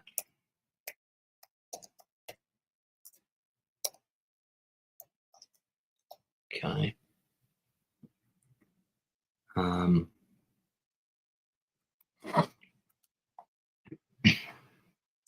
I'm going to take the gallow brush potion.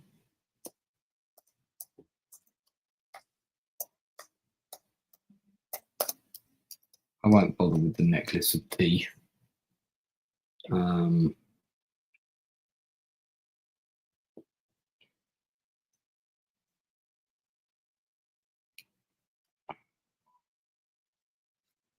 Make a single poison if I have the all right, I can continue searching by turning to 33. Yeah, I'm just going to thoroughly search before going anywhere, mate. I've already had a rest. So tucked away on one of the bookshelves, you find a musty smelling scroll tube holding an ancient scrap of parchment so thin it begins to crumble even as you unroll it. Before it dissipates into dust, you read, "Myself and my demons gathered to greet the king of the darkness for a night of fire and blood. The demons rarely get along and each had their own requests. Demonish Shamath, of course, would be attended by her 4 loyal demonic followers. Thanojax is finicky and needed there to be an even number of demons at the gathering. Tagazin hates answering to a human like me, but agreed to come if he can bring his brothers and sisters, of which he has both equal in number. The unnameable believes in the power of 3. The numbers of demons present must be divisible by that magic number. At least how many gathered to greet the Dark One? You know the answer to this riddle. You should write that number down in the margins of your action chart. It may come in useful later. The unnameable believes in the power of 3. The number of demons present must be divisible by that magic number. So myself and the demons grow the demon Shamath, of course, would attend with her 4 loyal demonic followers. That's 5.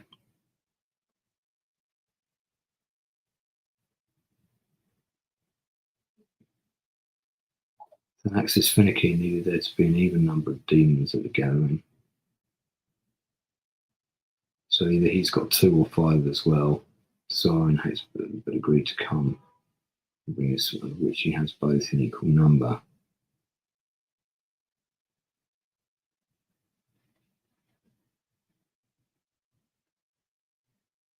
I think it's 15. I think they brought 5 each, or two people each. And the unknowable believes in the power of 3. The number of demons present must be divisible by that magic number. At least how many gathered to greet the Dark One? 15, I think. And 5 3s are 15. Yeah, so I think it's 15. Okay, now we're drawn to the rush of noise outside the chamber. Draws you to the opening waterfall, which was not there now, but descend from the darkness. The water strikes the ancient boards of the water wheel, turning them with a symphony of creaks and groans. As the wheels turn, there's a loud thunking and clanging, and the flickering blue lights become bright and steady. New life springs into gear as well. Mechanisms and catwalks covering the entire massive area. What at first you took for magical lights, you now realise are being powered by an incomprehensible machine, of which the water wheels are a part. Dust and small bits of rock tumble down from above, and you look up to see a spindly limbed feminine figure clinging to the rock wall, descending it upside down. Rags are wrapped around her like a mummy, her face obscured by a red hood. cowl except for her rotted teeth, between which is clenched a rusty butcher's cleaver. She drops the last 5 feet into the room, brandishes the knife at you. Give us the vessel. The woman hisses unevenly as she attacks you. Red cowl, endurance 14. You fight this combat at a combat ratio +4, but your opponent only takes half damage each round. If you have the art of bullshit, no, I don't. You can evade combat anytime if you run back to Valeska's boat, following evasion rules, and then turn to 198. If you win, turn to 150. I can win this.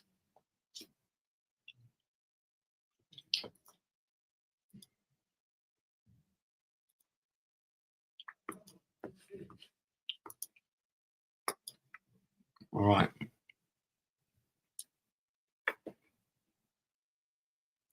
It's a combat ratio +4. Okay. So, first round, I roll a 2.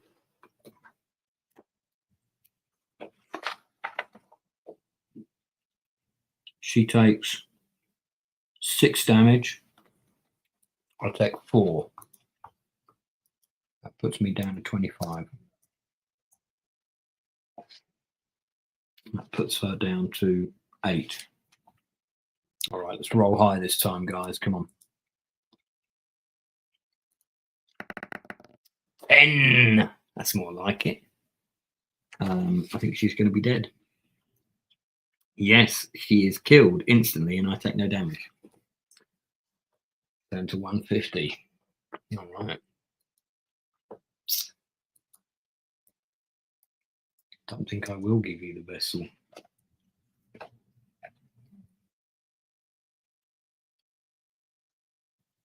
It's good fun. I haven't played one of these in a long time, so I'm enjoying this. Hopefully you are too, 3 people that are watching.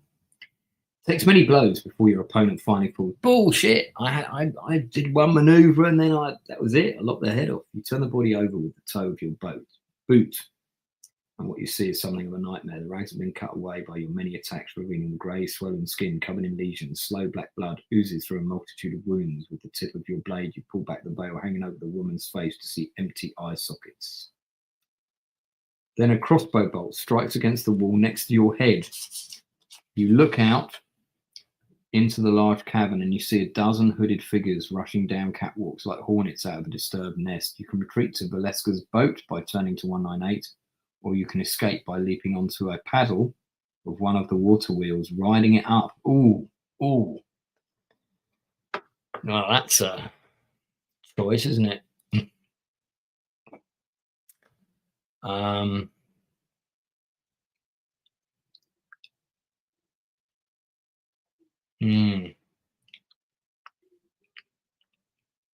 I feel like the wheel is the better option. Don't ask me why. Seems like madness.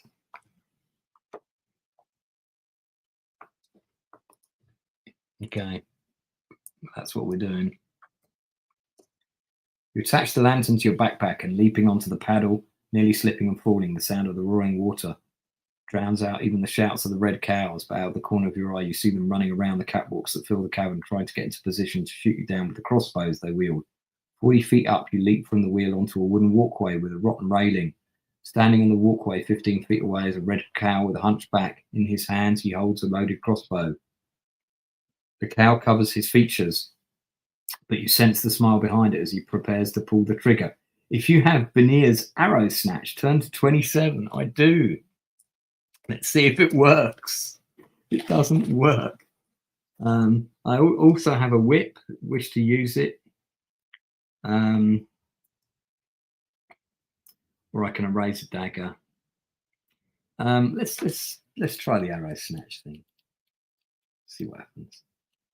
Put my life in his hands. From under the cloak, the beetle-like contraption made by Veneer launches into the air, pouncing upon the crossbow bolt, even as the red cow pulls the trigger. It knocks it aside, carried by whirling wings, circles around to dive under your cloak again. So stunned is the red cow that he does not react quickly enough to you rushing him. You ram your shoulder and into him, knocking him through the railing. He disappears without even a scream. Turn to 233. Okay, cool. Well, I guess it works.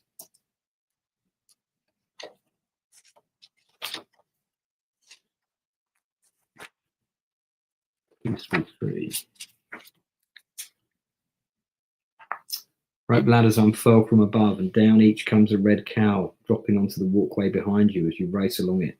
The hisses chase you. You follow the catwalk deeper into the cavern. You are just feeling like you will outrun your pursuers when there is a roar. An explosion of water falls from an unseen source, crashing down onto the catwalk and washing you over its edge. Oh my God. Turns 184. I think I'm going to fall down that sort of tube thing. Let's put that map back up, shall we?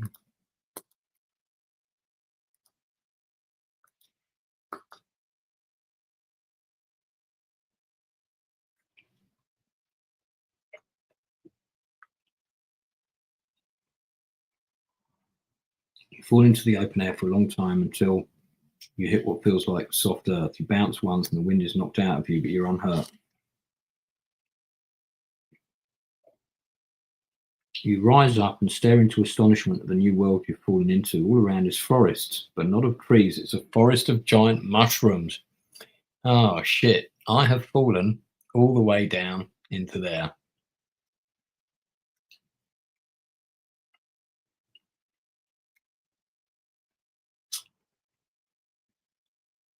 You slide off and fall to the floor, which is not hard stone, but marshy and full of the buzz of insects. Mushrooms with stalks thick as trees tower above you, their caps spread out, making canopy from which fall iridescent spores that light up the space like stars falling from the sky. When the spores touch the surface of the bog, they silently explode, filling the puddles with bright colours. You start hiking through the knee-deep, multi-hued mud. Don't think I'm going to hold my breath, I think. 62.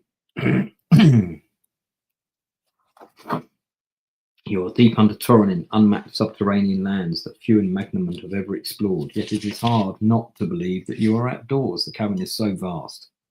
You cannot see its roof nor any walls. You hear in the distance the sound of rushing water. You make for it as it's your only beacon in this strange world. Eventually you come to a place where there's a wide stream. The water is clear here. The thought of slaking your thirst in the cool water of the stream is overwhelming. If you choose to drink from the stream, turn to 122. If you decide not to, then lose 3 endurance points. This will restore at the end as if you missed a meal. Then you must make a decision. If you have a compass and wish to consult it, turn to 82. If you'd like to try and climb a mushroom to get a better vantage point, turn to 97, or you can push on to 18. Do I drink from the Kool-Aid, guys? Do I drink from the stream? Yes or no? What do you think? I mean, it's technically it should be clean water, but then you've also got all the spores and shit going on. I don't know. Could be a bit risky.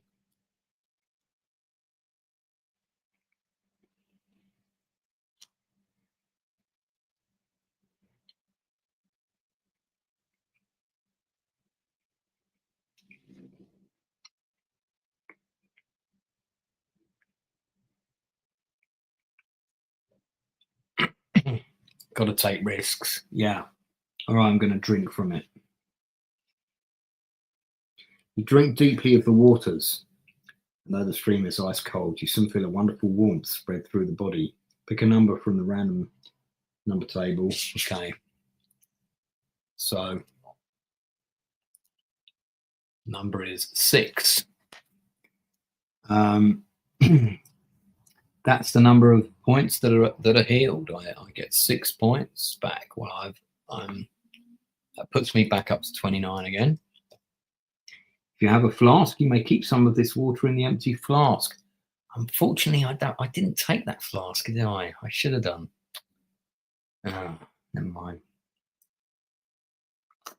Finished and satisfied. If you have a compass and wish to consult it, turn to 82. I do. So let me consult the compass.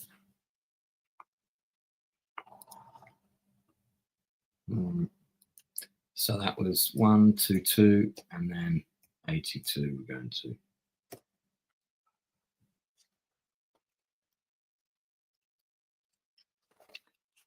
The golden compass. The compass dial spins chaotically for several moments as if even it cannot find itself in this otherworldly place. Then it stops, pointing to your right. North is as good as a direction as any if you decide to follow it, reasoning that while it may not lead you back to Torrent, at least you can continue in one direction long enough.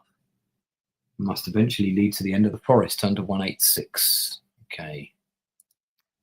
So that was 82, which for some reason has glitched and done that. And then 186.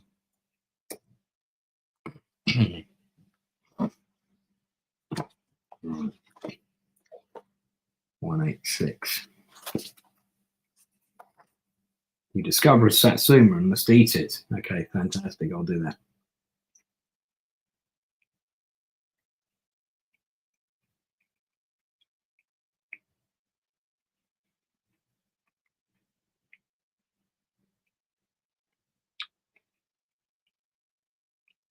Eventually, you find a circle of standing stones arranged evenly, that it could not have been unintentional, but it would have taken giants to move them. In the centre of this, there's a fire pit and a fire left unattended. There's no sign of who might have lit it, but it's recent. The fire is freshly kindled, and there's a knapsack set by it. Watching for an ambush, you approach and open the knapsack to find it contains a series of old journals, written in a spidey cursive. Do you have the art of exceptional awareness? I do. Turn 63. I do have that. Finally, it's come in handy. First time I've used it. Shadows move around the edges of the fires in mesmerizing patterns. They lull you, reminding you of other campfires shared with comrades in arms on the road to war. Then you notice that the shadows do not obey the light. They move on their own and have a deep quality to them, like sheets of velvet. When you see the barest of movement, you react instinctively, dodging to one side, avoiding a sickle that comes flying out of the dark, embedding itself into the rocky ground. A chain is attached to its base, leading to the hand of a horrible creature which now emerges into the firelight. Oh shit! Turns 36. Don't like the sound of this.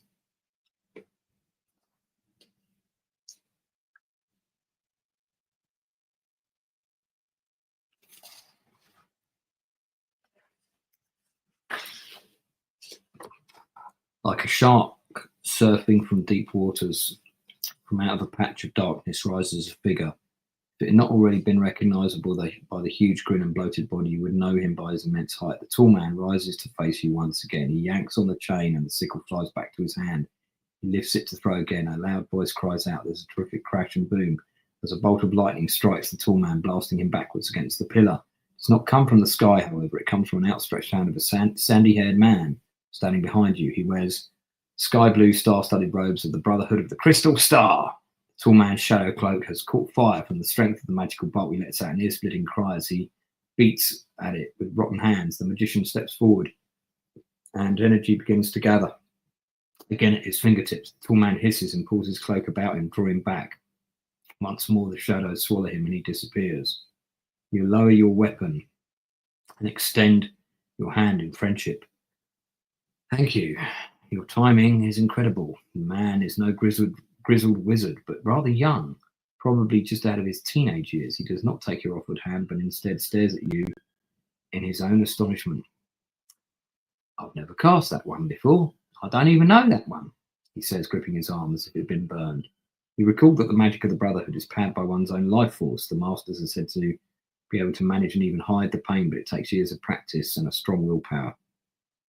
Have you been with the Brotherhood long? Oh yeah, for quite some time, the young maid says happily. See, I know that was Lightning Hand I just cast because they are trying to teach it to me, or at least they were until last week when I set the classroom on fire. Not that I'm a bad magician. I mean, I'm an apprentice. I'm an apprentice for quite a bit longer. That is to say, maybe, I've learned a lot, and the elders say I'm like an encyclopedia, just with its pages are all out of order.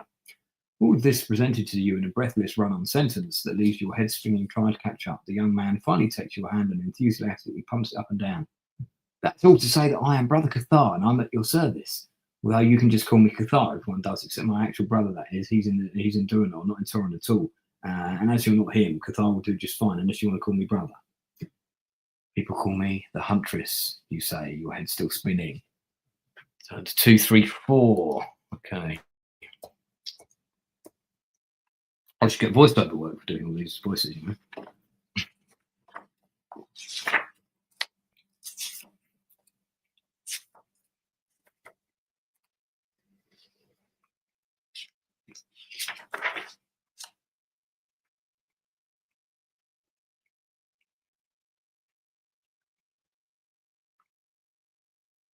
I assume you aren't a researcher, Cathar says, eyeing your equipment. I assume you are. Every year the Brotherhood has a magical waste, the majority of which ends up in the sewers. We're careful not to let it get recycled into drinking water, but it must go somewhere. You think that's the magical runoff which made all this? He says, looking at the mushrooms. I wouldn't be surprised. Like last month, when Jezebel kept trying to make a stronger alkyne base for her Leviathan potions, the byproduct had no weight. Yet it had mass. That shouldn't be possible. But we are working with magic after all. The potions didn't work, by the way. They cured constipation and had an interesting side effect of causing pimples that show up on your... So you here on the Brotherhood's orders, you interrupt. Well, sort of. I made a proposal to explore the sewers. It's under consideration. They just haven't gotten to it yet. I followed a map I found in these. Cathar kneels and picks up one of the journals you've been looking at when the tall man attacked. Nearly 100 years ago, one of our order, a brilliant man named Morden, explored these caverns. He built machinery mixed with magic to exploit the caverns. He even found a way to use the water wheels to generate light. Did I already mention he was a genius? Then, before he disappeared, his journals are all that remain of his stories. And the Brotherhood has you studying his journals? Ah, well, the thing is, right, they don't know that I have these either. Now, you see, I'm not what you would call a very skilled magician, unless, as my mentor says, someone can be skilled in disasters. Those, I'm afraid, I'm rather good at. Oh, right, so you stole the journals then? Ah, well, they aren't technically stolen. No, not until they discover I did it. I mean, which I don't think they will for another few hours. I'd like to be back in Torren by then. Cathar's guilt is so refreshingly comical, you cannot help but laugh.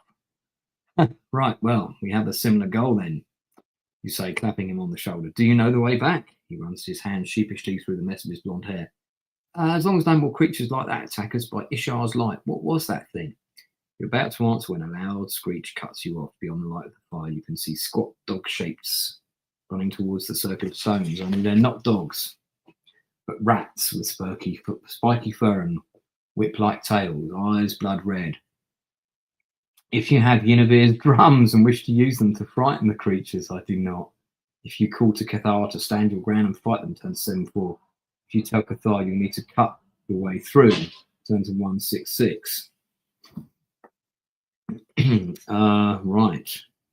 Do we stand? There's a picture of these, which I shall show you guys.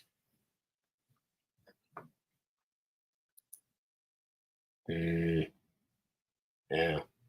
I don't know. They look pretty mean. It's quite a lot of them too.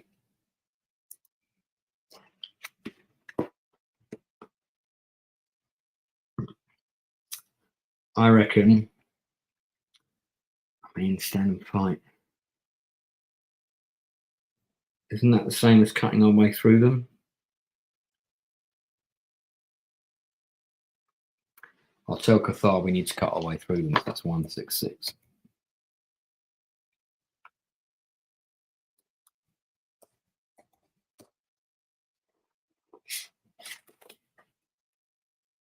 Right. If we stay here, we're staying for good. Cut your way through, you cry to Cathar, then charge at the nearest opening, not waiting to see if he follows. Pick a number. Okay, let's see. So I'm going to roll a d10. I've rolled 5. 0 to 3, the rats are too many, and you push back to the stone ring after being bitten twice. No, I'm not doing that. 4 or higher, you break through the swarm, but not without feeling the bite of their fangs and the scratch of their claws. Lose 8 endurance. If you have the art of Salazan and an axe, then reduce this to 4. If you survive this, turn to 2-3-6. Right, well, I did survive it because my endurance is max. It's now down to 21.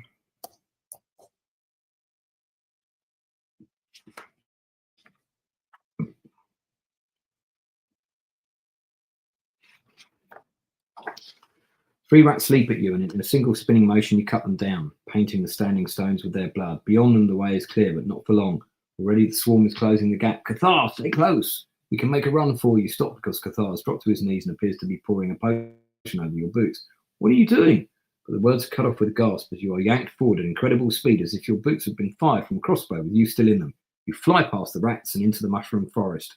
Stalks rush at you, and you'll barely have time to leap out their way. Mud flies up behind you with a huge spray. Suddenly a cliff wall looms ahead, and you squeeze your eyes shut, waiting for impact. It never comes. When you finally dare to open your eyes, you can see you've stopped 4 inches from the wall. There's a blur of motion, and then Cathar is standing beside you. Fleetfoot, he announces proudly. A potion of my own invention, inspired by the old shanty scrolls found in the necropolis of Tyso. Now, strictly speaking, I should have had access to them, and Master Diana wouldn't approve the recipe. She says it needs more testing, especially to be safe after what's been happening with the rabbits.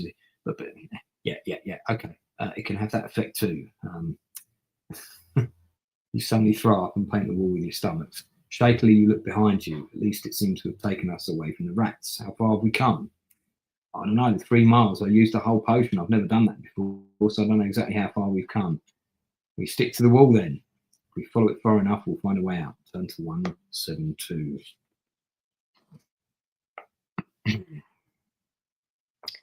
Okay.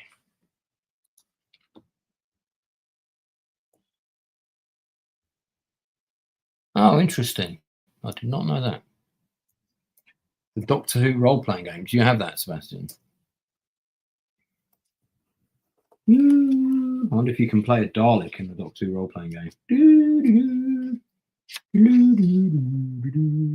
Okay. Cathar keeps up a running barrage of commentary and storytelling. This would be the role that you would play in the movie version of this, Sebastian. They were really proud, and they stayed proud until the 3rd time I didn't make Journeyman. I'm not done. I know I've barely managed to stay a member of the Brotherhood. I only wish I could innovate something like Morden do.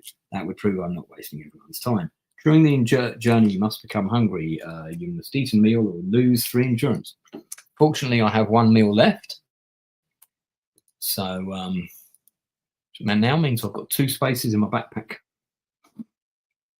At last, you come to an opening in the cliff wall, and you signal to Cathar to be silent while you cautiously approach. Stone steps lead down into the darkness. A body is slumped against the entryway. The corpse has long since decayed into a skeleton. The colour of the cloak wrapped about its shoulders remain a vibrant green. That was a Kai Lord. That colour is unique to their order. Only know they the secret of the dye. You hold your lantern close to the body. The Kai Lord still carries their last equipment: an axe, a stout wooden shield, faded image of the sun god Kai, and a crystal that Cathar identifies as a Kai battle crystal. If you twist at the top and toss it, it explodes into a great ball of fire. You may keep these items. Oh, I'll have the Kai battle crystal. That sounds good.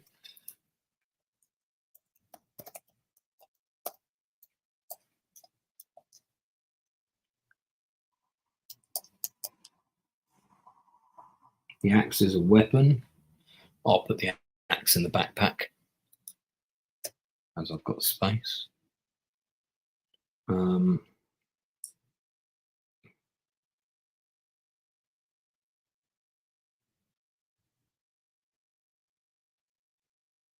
Sun God Shield is a special item that requires 1 free hand to use in combat. When using it, you can choose to discard it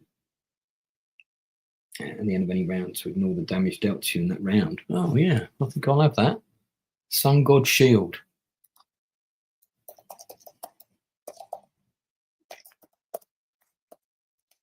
Ignore damage, then remove. Okay. I know this place, Cathar says. Morden wrote of it in his journals. This should lead to a series of caves that will eventually come out in the sewers. With no better option, and with dawn surely fast approaching, you decide to trust Cathar and head down the stairs. At the bottom, the path splits to the left with a red tilted hallway. So the right is a blue tilted hallway. Cathar can offer no advice. Well, probably the red one, because we want to go to the lady's house, don't we? So I would think the red one.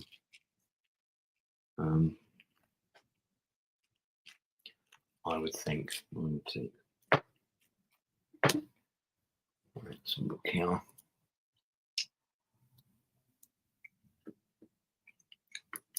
Not a Slitheen, no. Right, 1, 1, 3, 5. Okay. Just going to dash to the bathroom quickly.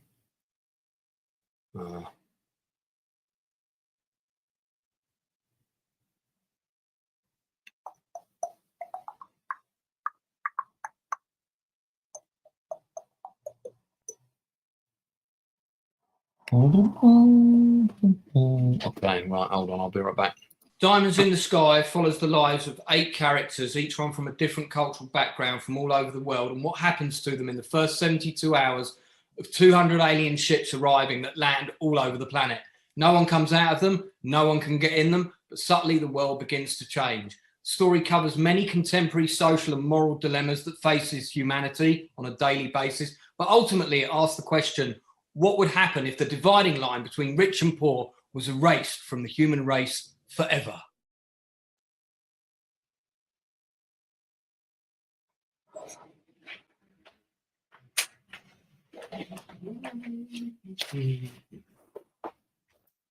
Yeah, that was my book. Right. Okay. We're going to 135, the red path.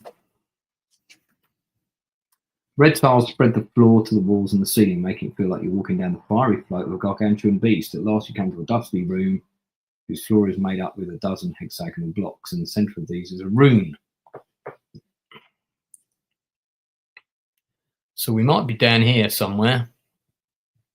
Who knows where we are?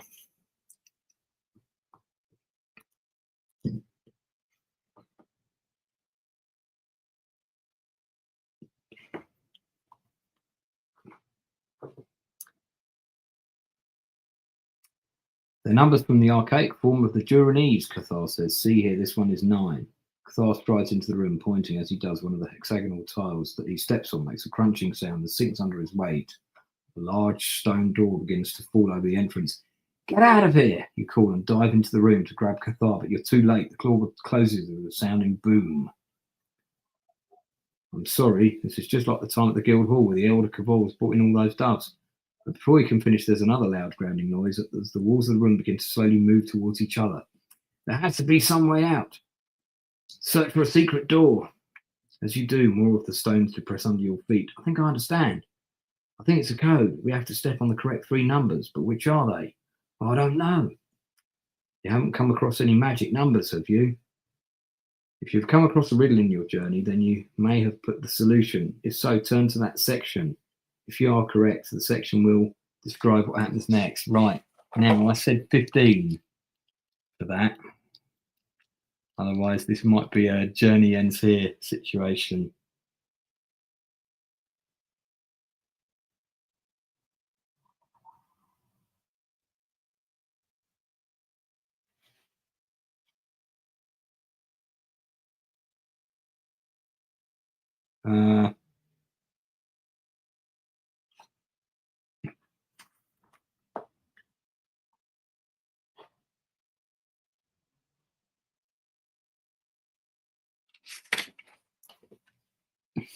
Right. Well, as it turns out, that might not have been the correct. That might not have been the correct chapter. However, 13 is not divisible by 3, is it?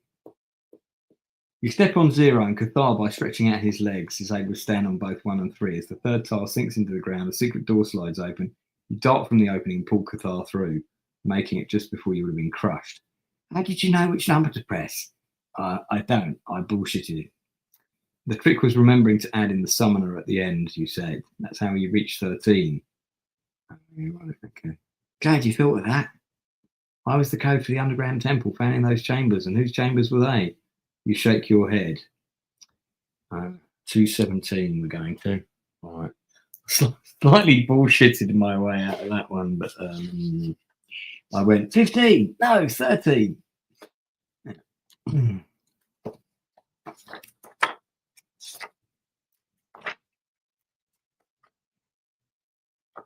room you find yourself in is empty except for 8 pillars, each labelled with 1 foot tall number in Old Duranese, or so Cathar tells you.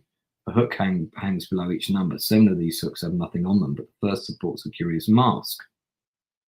Designed to look like a stoic demon with nearly human features, aside from the red skin and the fangs revealed by the slightly parting, smiling lips. It was constructed so cleverly you might think of it as a disembodied head. It is made of material that is smooth and cool to touch like porcelain. It smells like iron. You feel like it could withstand an axe Silver hair has been used to make arching eyebrows. You run a finger over it and you're surprised too that the fine hair is horsehair instead of human hair. The eye sockets seem to be watching you, as if the mask is not empty. I've got a picture of the mask. Let me show you that. Yeah, there it is. Look at that. Pretty creepy.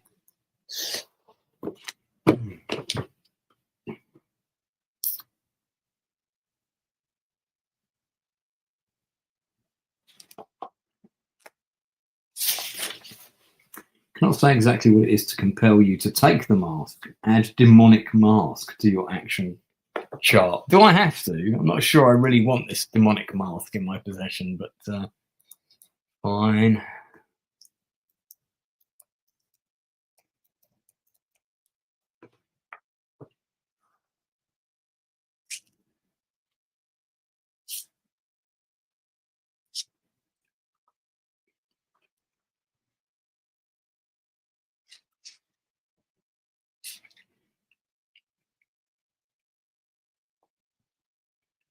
Still, you may wish to make a note that the mask was hanging from a pillar marked 100.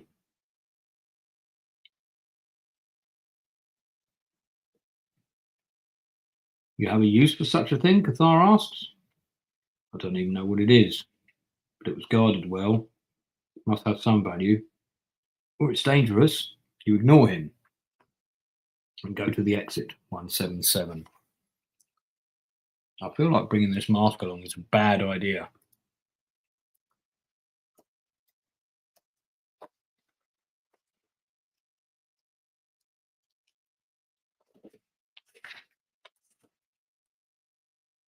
Your path takes many twists and turns, however, no matter what choices you make, your steps always take you downward. And always you hear a noise getting louder. It is the sound of old metal clanking, grinding, and crying out for oil. Eventually you turn a corner to see a massive multi-storage chamber dominated by a massive contraption, a rotating diorama of spinning circular shapes. This is incredible. This is an astrodel. Morden wrote of it in his journals. It's a device for tracking the movement of stars and other heavenly bodies. The idea is that Magamund is actually just one of many worlds floating in a sort of void, surrounded at great distance, mind you, by other worlds with the sun at the centre of it all. Of course, it's all theoretical, but if true, you could track the movement of these worlds. You could pinpoint times of great astrological tower. For instance, this device seems to be tracking dawn, tomorrow's dawn. Yeah, precisely. How did you know that? At last you tell Cathar about your hunt, ending by pulling out the Sindarin vessel, showing it to him. He takes it carefully in his hands, turning it every which way. I've seen this before.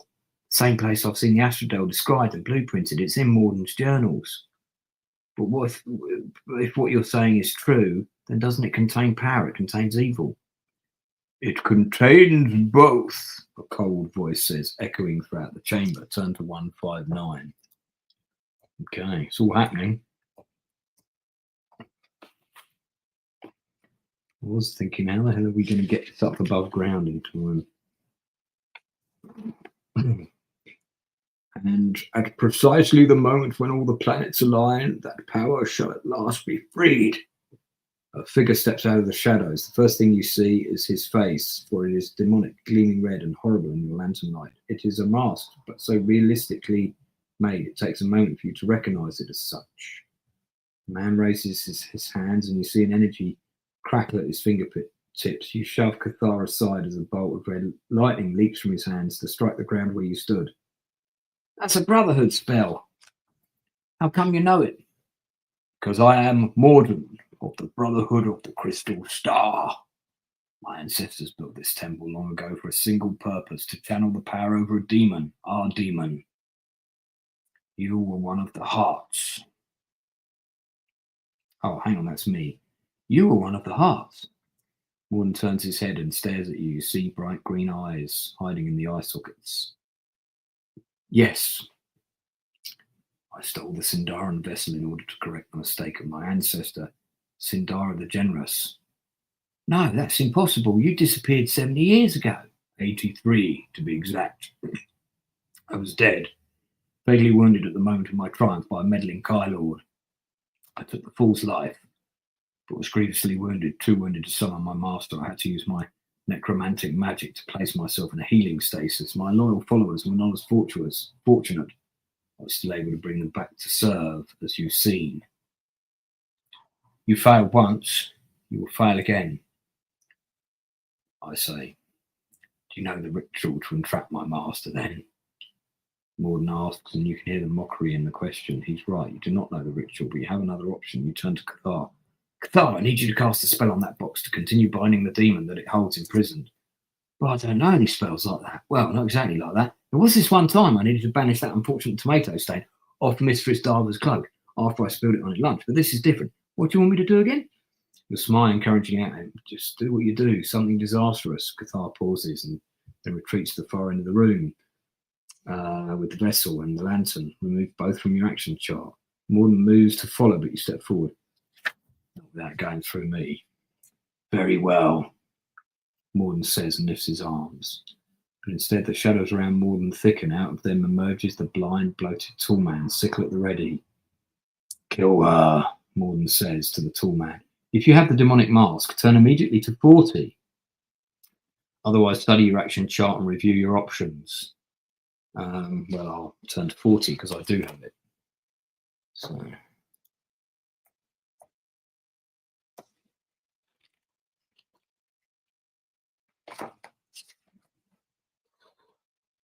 When you lift the demonic mask to your face, Morden gasps. You hear the rage in his voice. How dare you? That is not for you. You cannot answer the moment you place the mask over your face. You lose control of your body, but you have also gained understanding and insight. The masks are more than decorative. They are conduits to the power of a chained demon. It is through them that Morden was able to cast his spell, to put himself asleep for 100 years, and also how he was able to raise an army of undead servants. Likewise, it is this power which gives him control over the tall man. However, you now have the opportunity to wield the same power. Morden senses your realization and hisses a command again to the tall man. But you whisper a counter command. Kill Morden. Caught between the two masters, the tall man turns back and forth, waiting for one of your wills to win over the other. It is an internal battle, one that is costing you both greatly in terms of energy, as the demon's power feeds on your very life force. This combat is thought of a combat ratio as -3, as if it's a battle of wills. You cannot benefit from bonuses from potions, poisons, or items, including weapons. However, for each of the following you have, add 2 damage. Mark of Agushki, Art of Wordcraft, so that's 2. The teeth, the necklace teeth, oh, fuck's sake, I could have worn that. You may also feed your life force to the demonic mask by permanently reducing your maximum endurance by 1 to re-pick a number from the random table. Okay, you may do this any number of times, paying the cost each time. Ooh. Now that's risky.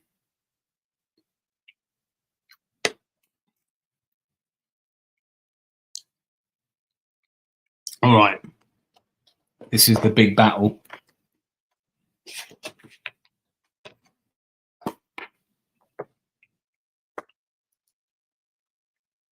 Let's get the dice up.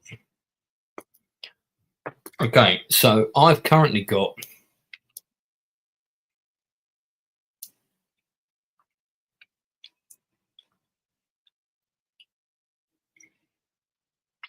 endurance of 21 because of when I was attacked by the rats. God damn.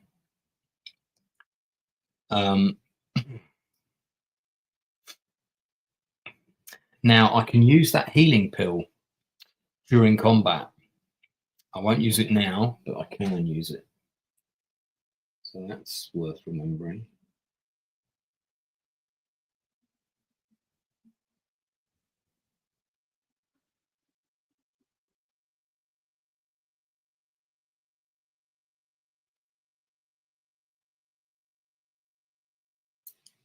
Right.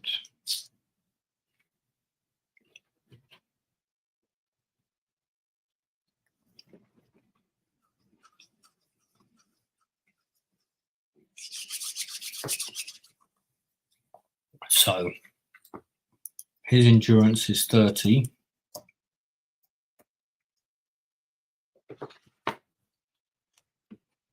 Now these books don't have the page saver thing. which is annoying. The little lanyard that keeps your page number for you. So 40.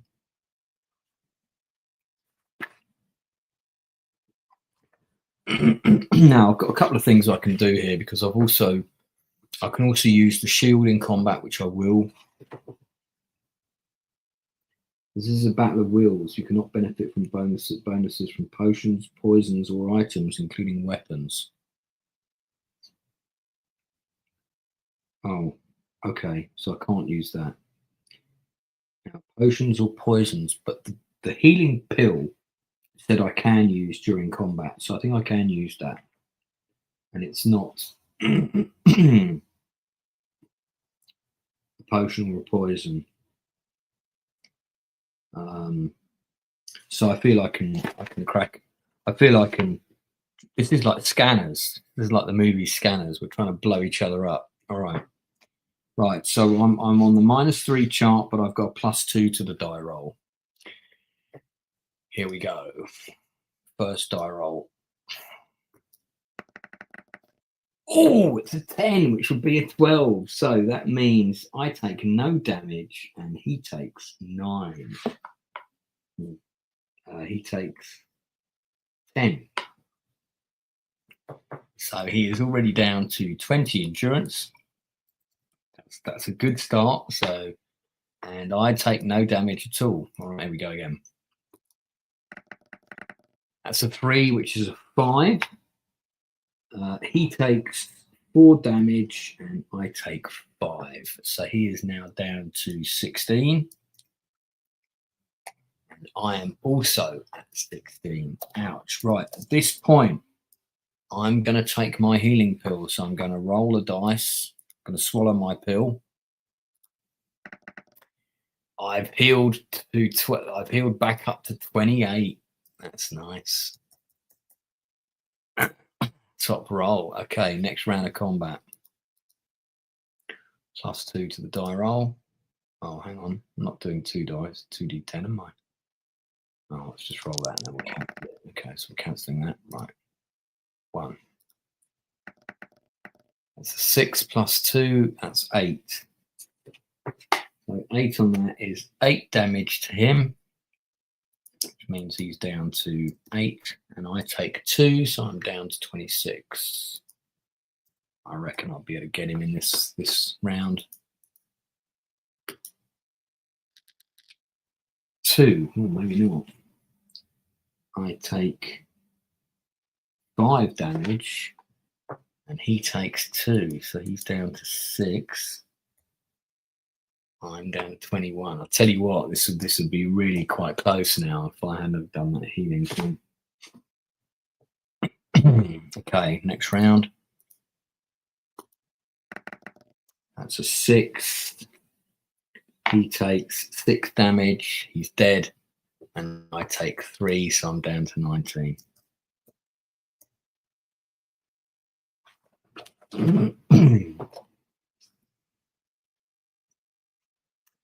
That was quite hairy. I think even without the healing thing, I think I would have got him because I did so much damage on my first die roll. Yeah, I would have been close to dead, but I don't think so. If you win this combat, go to 56. Okay.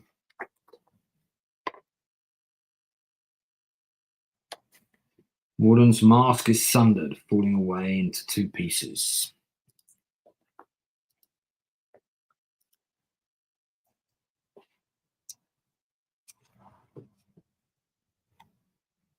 You see a pale, noble face underneath, blood pouring from many cuts made by the shattering ceramic. The mage raises his hands, gathering the last of his strength to cast a deadly spell, but the tall man steps forward, lifts Morden by the throat, even as a flame bursts from Morden's hands. The tall man howls in pain, begins driving his sickle again and again into Morden's chest. Blood and fire mix in spectacle. You cannot bear to watch, but even as you turn away, a new horror besets you. You'll make a fine host, a voice speaks inside your head. It's silken and sweet, but also horribly corrupted, like you have swallowed honey with flies buzzing in it. You feel it worming its way inside you, breaking down the foundation stones of your mind. The mask is becoming hot. There's a fresh forged blade. Oh, so the mask is trying to take over me. You try to rip it from your face, but it refuses, gripping you like a living thing. Cathar's voice speaks as though from far away. I've done it. I've summoned the demon, he cries. You try to scream at him that he is being crazy, but the demon's own shrieks inside your skull are so loud and powerful that they force themselves out of your throat instead. You feel the skin on your cheeks bubbling under the touch of the mask, the wetness of blood running down your cheeks, and then nothing, and you lose consciousness. Oh, shit. 178. What's happening?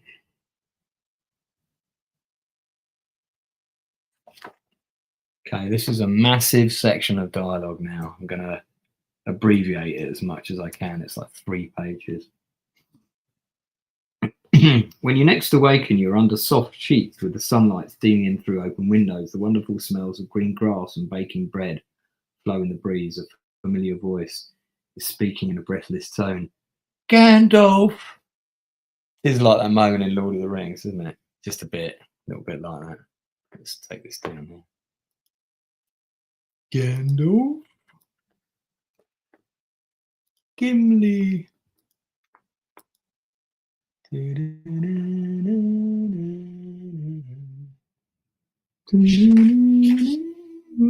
anyway. A familiar voice is speaking in a breathless tone. And that's why you're here and not still lying down there. And I'm sorry it was you and not me. The gods know. I probably deserve it more. Certainly the masters have said that 100 times in the past. Cathar, you say, knowing there's only one person who can speak that quickly. I should probably do that bit again. And that's why you're here, not still lying down there. And I'm sorry it was you and not me. The gods know that I probably deserved it more. Certainly the masters have said that 100 times in the past. Ah, Cathar. Young maid sits up in the chair on the end of the bed, knocking it over in a clatter of excitement. Oh, you're awake. I mean, I always knew you would wake up. I've been telling older Corvus that. I mean, even though the healers weren't so sure. But they didn't see you fight the way I did. And I know you made a stronger stuff, probably as strong as my cousin Jackson. He's able to drink ball brew and still stay standing, at least for the first 2 mugs. After all the horror you face, Cathar's inane chatter is surprisingly refreshing. Oh, before I forget, the masters want you to have this. Cathar produces a purse heavy with gold crowns. Mark this heavy purse as a special item. Okay, I shall. Heavy purse. I wonder if I still have all my other shit.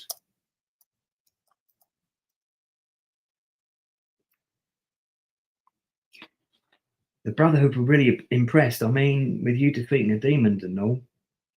I didn't do it alone. Were you hurt badly? Huh?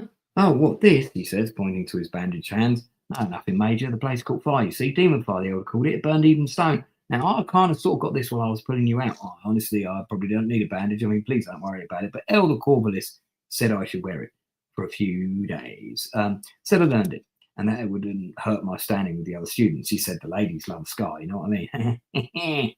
The demon, what happened to it? You told me to make a disaster. Well, I was remembering what the elders were always telling me about the perfect impatient making imperfect results. That's what I happened to see the demon. I forced it to come out too soon. It works in cycles, you see. The Astrodol was my clue to that. The demon's power is tied to the time cycle. At the end of each cycle, its power blooms like a flower, and at the same time, the box power wanes, so the prison gets weak. And the demons get strong, you finish understanding. But you summoned it early. Right, but only for a moment, only long enough to have the boost outside the box, so the box stayed intact and the prison didn't break, but as soon as it was strong again, back in the box it went. It wasn't strong enough, anyone, to break the chains.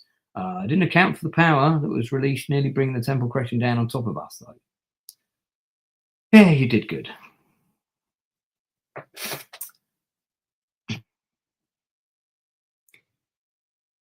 He must not be used to hearing that very often. Cathar bows his head, wipes his hands across his wet eyes, and then he reaches up to his neck and removes the crystal star pendant, presses it into his hand. My gift to you. I'll put my own charm on it. Not that I was supposed to, strictly speaking. Okay, so I'll then add that to my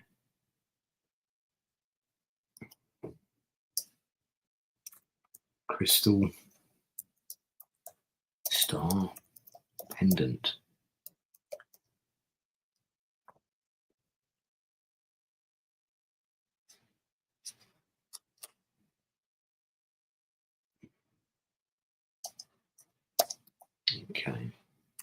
I have to get to Hart Manor, you say, draping the light chain around your neck. I need to speak to Sindera. Again, Cathal looks pained. We already tried to contact her. She's dead, I'm afraid. Seems as though Morden sent his red cows to the manor while he looked for you in the underground jungle. Sindera and her manservant were both killed. I need to go there. I need to search the manor alone. At once, of course, at once. That should be obvious in the way I said it. Right, well, the master said to give you whatever you need. Counts as whatever. If you have the demonic mask, immediately turn to 124. Otherwise, within the hour, you are dressed in a new cloak. Lovely dark blue one, given to you by Cathar as you navigate its streets. Hang on. So, now, do I still have the mask or don't I? Because I thought I put it on. I wouldn't. I'm not going to take it with me. I didn't want to take it in the first place.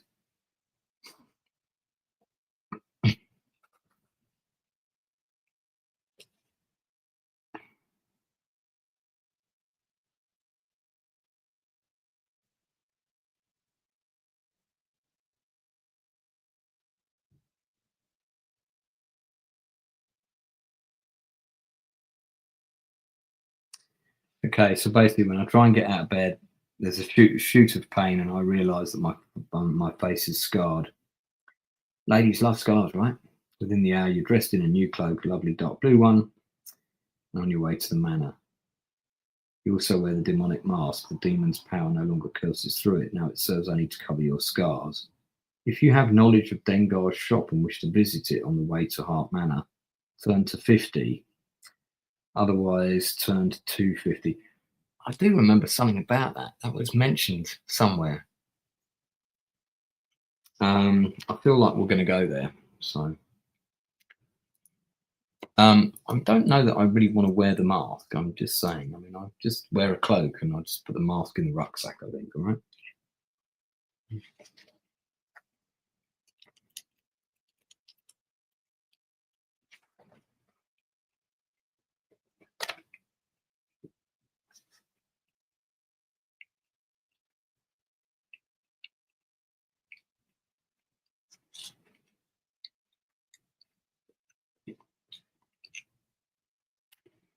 Okay, so you go to a mighty forge. This is on page 50, or number 50,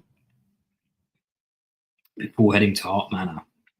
At the forge stands Dengar, shirtless, his beard tossed behind one shoulder to keep it out of the fire. He grunts as he lifts a huge hunk of metal from the fire, tosses it into the nearby anvil, and immediately begins to pound it into the shape of a great axe. The patient wait until he is done with his work and he's able to look up and see you standing in the doorway. Welcome. Who comes a-calling for Dengar, the forge master?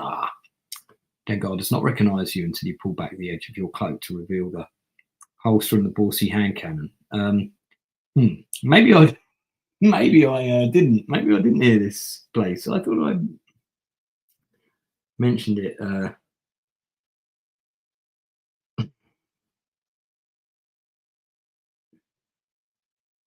Okay, there's a whole load of waffle here about somebody taking, trading the hand cannon for a sword. I mean, I feel like I can't really do this because I don't actually have the hand cannon. Okay, there's a load of stuff about that. You go through a couple of things and then you go on to the manor. Right. Well, I'm going to go on to the manor, but I'm not going to add the sword to my chart. I think I did all that by accident. This might be since first entering Hart Manor, you were bothered by the soaked footsteps in front of the hearth, a woman's footsteps, while the remaining heart fortune was a margin of what it used to be. Still, Sindara did not seem like the type to light her own fires. It is to the hearth you go first, and it is here you find Sindara's secret. The back wall of the hearth pushes open, revealing an entrance to a small room. In the small room, the walls are plastered with maps, each showing a different part of Magamund, each marked with black circles labelled with numbers. The locations appear familiar, and after a moment you realise why. They are all places you visited over the last 8 years. In addition, they are numbered in the order you went to them, starting with the Awakening in Nezi, ending in Torren, number 86. A single desk has a letter on it, which you lift and read in trembling hands. Nessa, the Huntress is here in Torren. She made inquiries, as she does in every new city, to see if there was a record of her birth here. Of course, there was none. 7 years ago, you asked me to research and answer 3 questions about the Huntress. I am now ready to present my findings and will do so next time I am in Dalaboo. Below is a summary. Where does the Huntress come from? I believe now the Huntress spent time in Confluence, which explains many of your questions about her being present for the burning of Dalaboo. What is the Huntress's connection to the betrayer? I believe now that the Huntress is who you thought she was. Oh, that's helpful.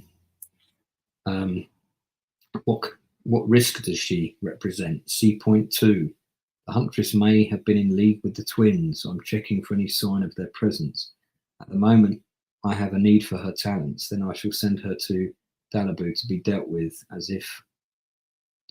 the waking flame sees fit. Sindara. Turn to the grand map of Magamund that takes you up. That takes one entire wall. Let's get the map up.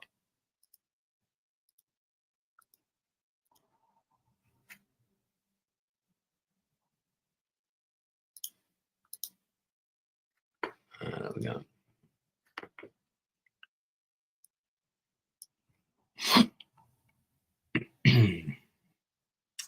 You stand. The map of Magamund takes it on wall. You study it closely until you find what you seek. The city of Dalaboo lies to the south. Oh yeah, there it is. Look at that. Right there. In the magiocracy of Desi. So where is Torren in relation to this then? Because I don't see it.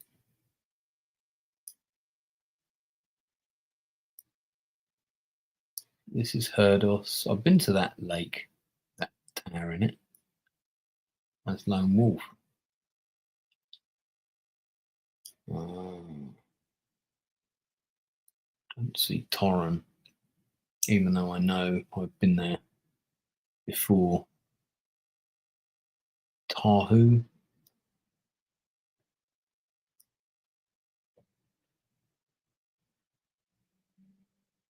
It's getting bloody cold. I'm gonna have to put the heating on. Okay, well anyway, so there's Dalaboo. This ancient land watched over by the elder Magi is one you've never been to. In general, mercenaries are not welcome there, nor are their services often required. The land is protected by the Vakaros warrior magicians, trained in both the ways of the magic and martial arts. They are worth more than any army of mercenaries. Not even the Vakaros will keep me from the answers I hunt. You promise. This room is full of secrets. Crushing the letter in your hand. Congratulations, you retrieved the Sindaran vessel and stopped a great evil from entering the world of Magamund. However, the quest for the truth is just beginning. Conspiracy and long-buried secrets await you in Book 2 of the Huntress series entitled The Quelling of the Flame. Dun dun dun, dun dun dun, dun dun dun. Ba, ba, ba, ba, ba. That sounds like the ending of a Thunderbirds episode. Right, well, I have completed in a single session Jonathan Stark's Marked for Death. I although it's a trope that's been done before, I like the idea of playing a character whose past is unknown to them, and they're trying to find answers, because I can relate to that story. And I think it works well within the realms of choose your own adventure. I also love the lore and the kind of richness of the Lone Wolf world that the late Joe Deaver and Gary Chalk created, because it's very visual. It's got a certain style and tone, and it's very sort of fantastical fantasy, you know, very, very pop fantasy, popping with colours and stuff. Now, these books used to have kind of little extra bits of lore and stuff in the back, but this one doesn't have anything like that.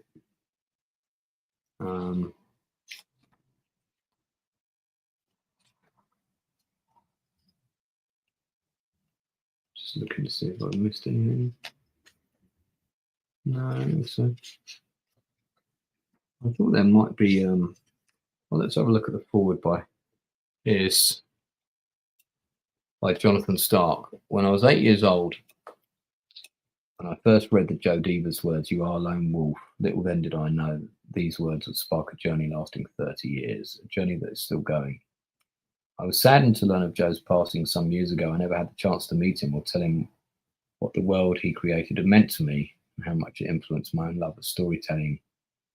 I have fortunately had the chance to tell his son Ben, and I'll repeat it now. Living in Magamund for the time it took to write the Huntress trilogy has brought me indescribable joy.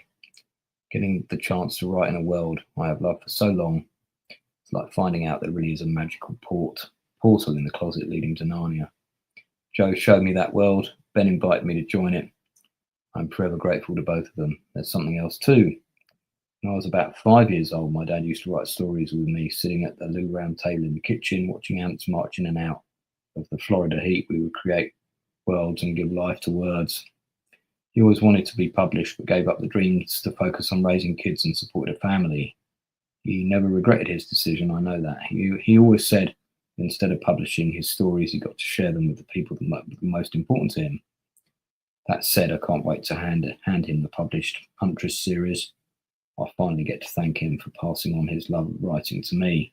So in a way, this tale is for both our fathers. Oh, I love that. I love that. Absolutely love that, John. That's quite moving.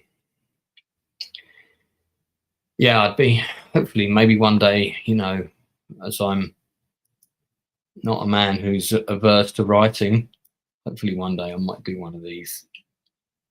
I'll present something to Ben and see. I think it would be interesting to write a story from the perspective of one of the villains in this world. That's what I was thinking. It would be fun, but I don't know whether they would go for that. Anyway, okay, well, that's it for today. Been on for quite a while. It's coming up to 5:15 now, so we're gonna end it there.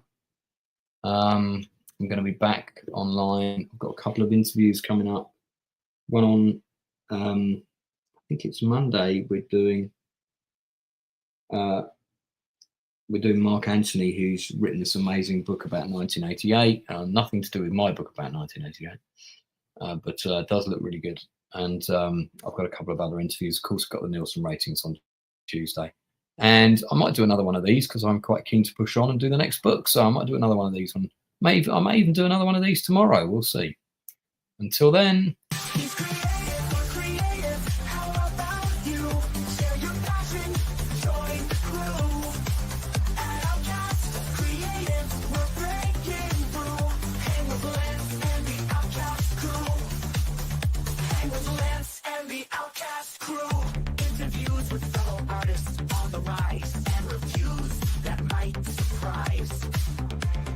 Films, TV shows from back in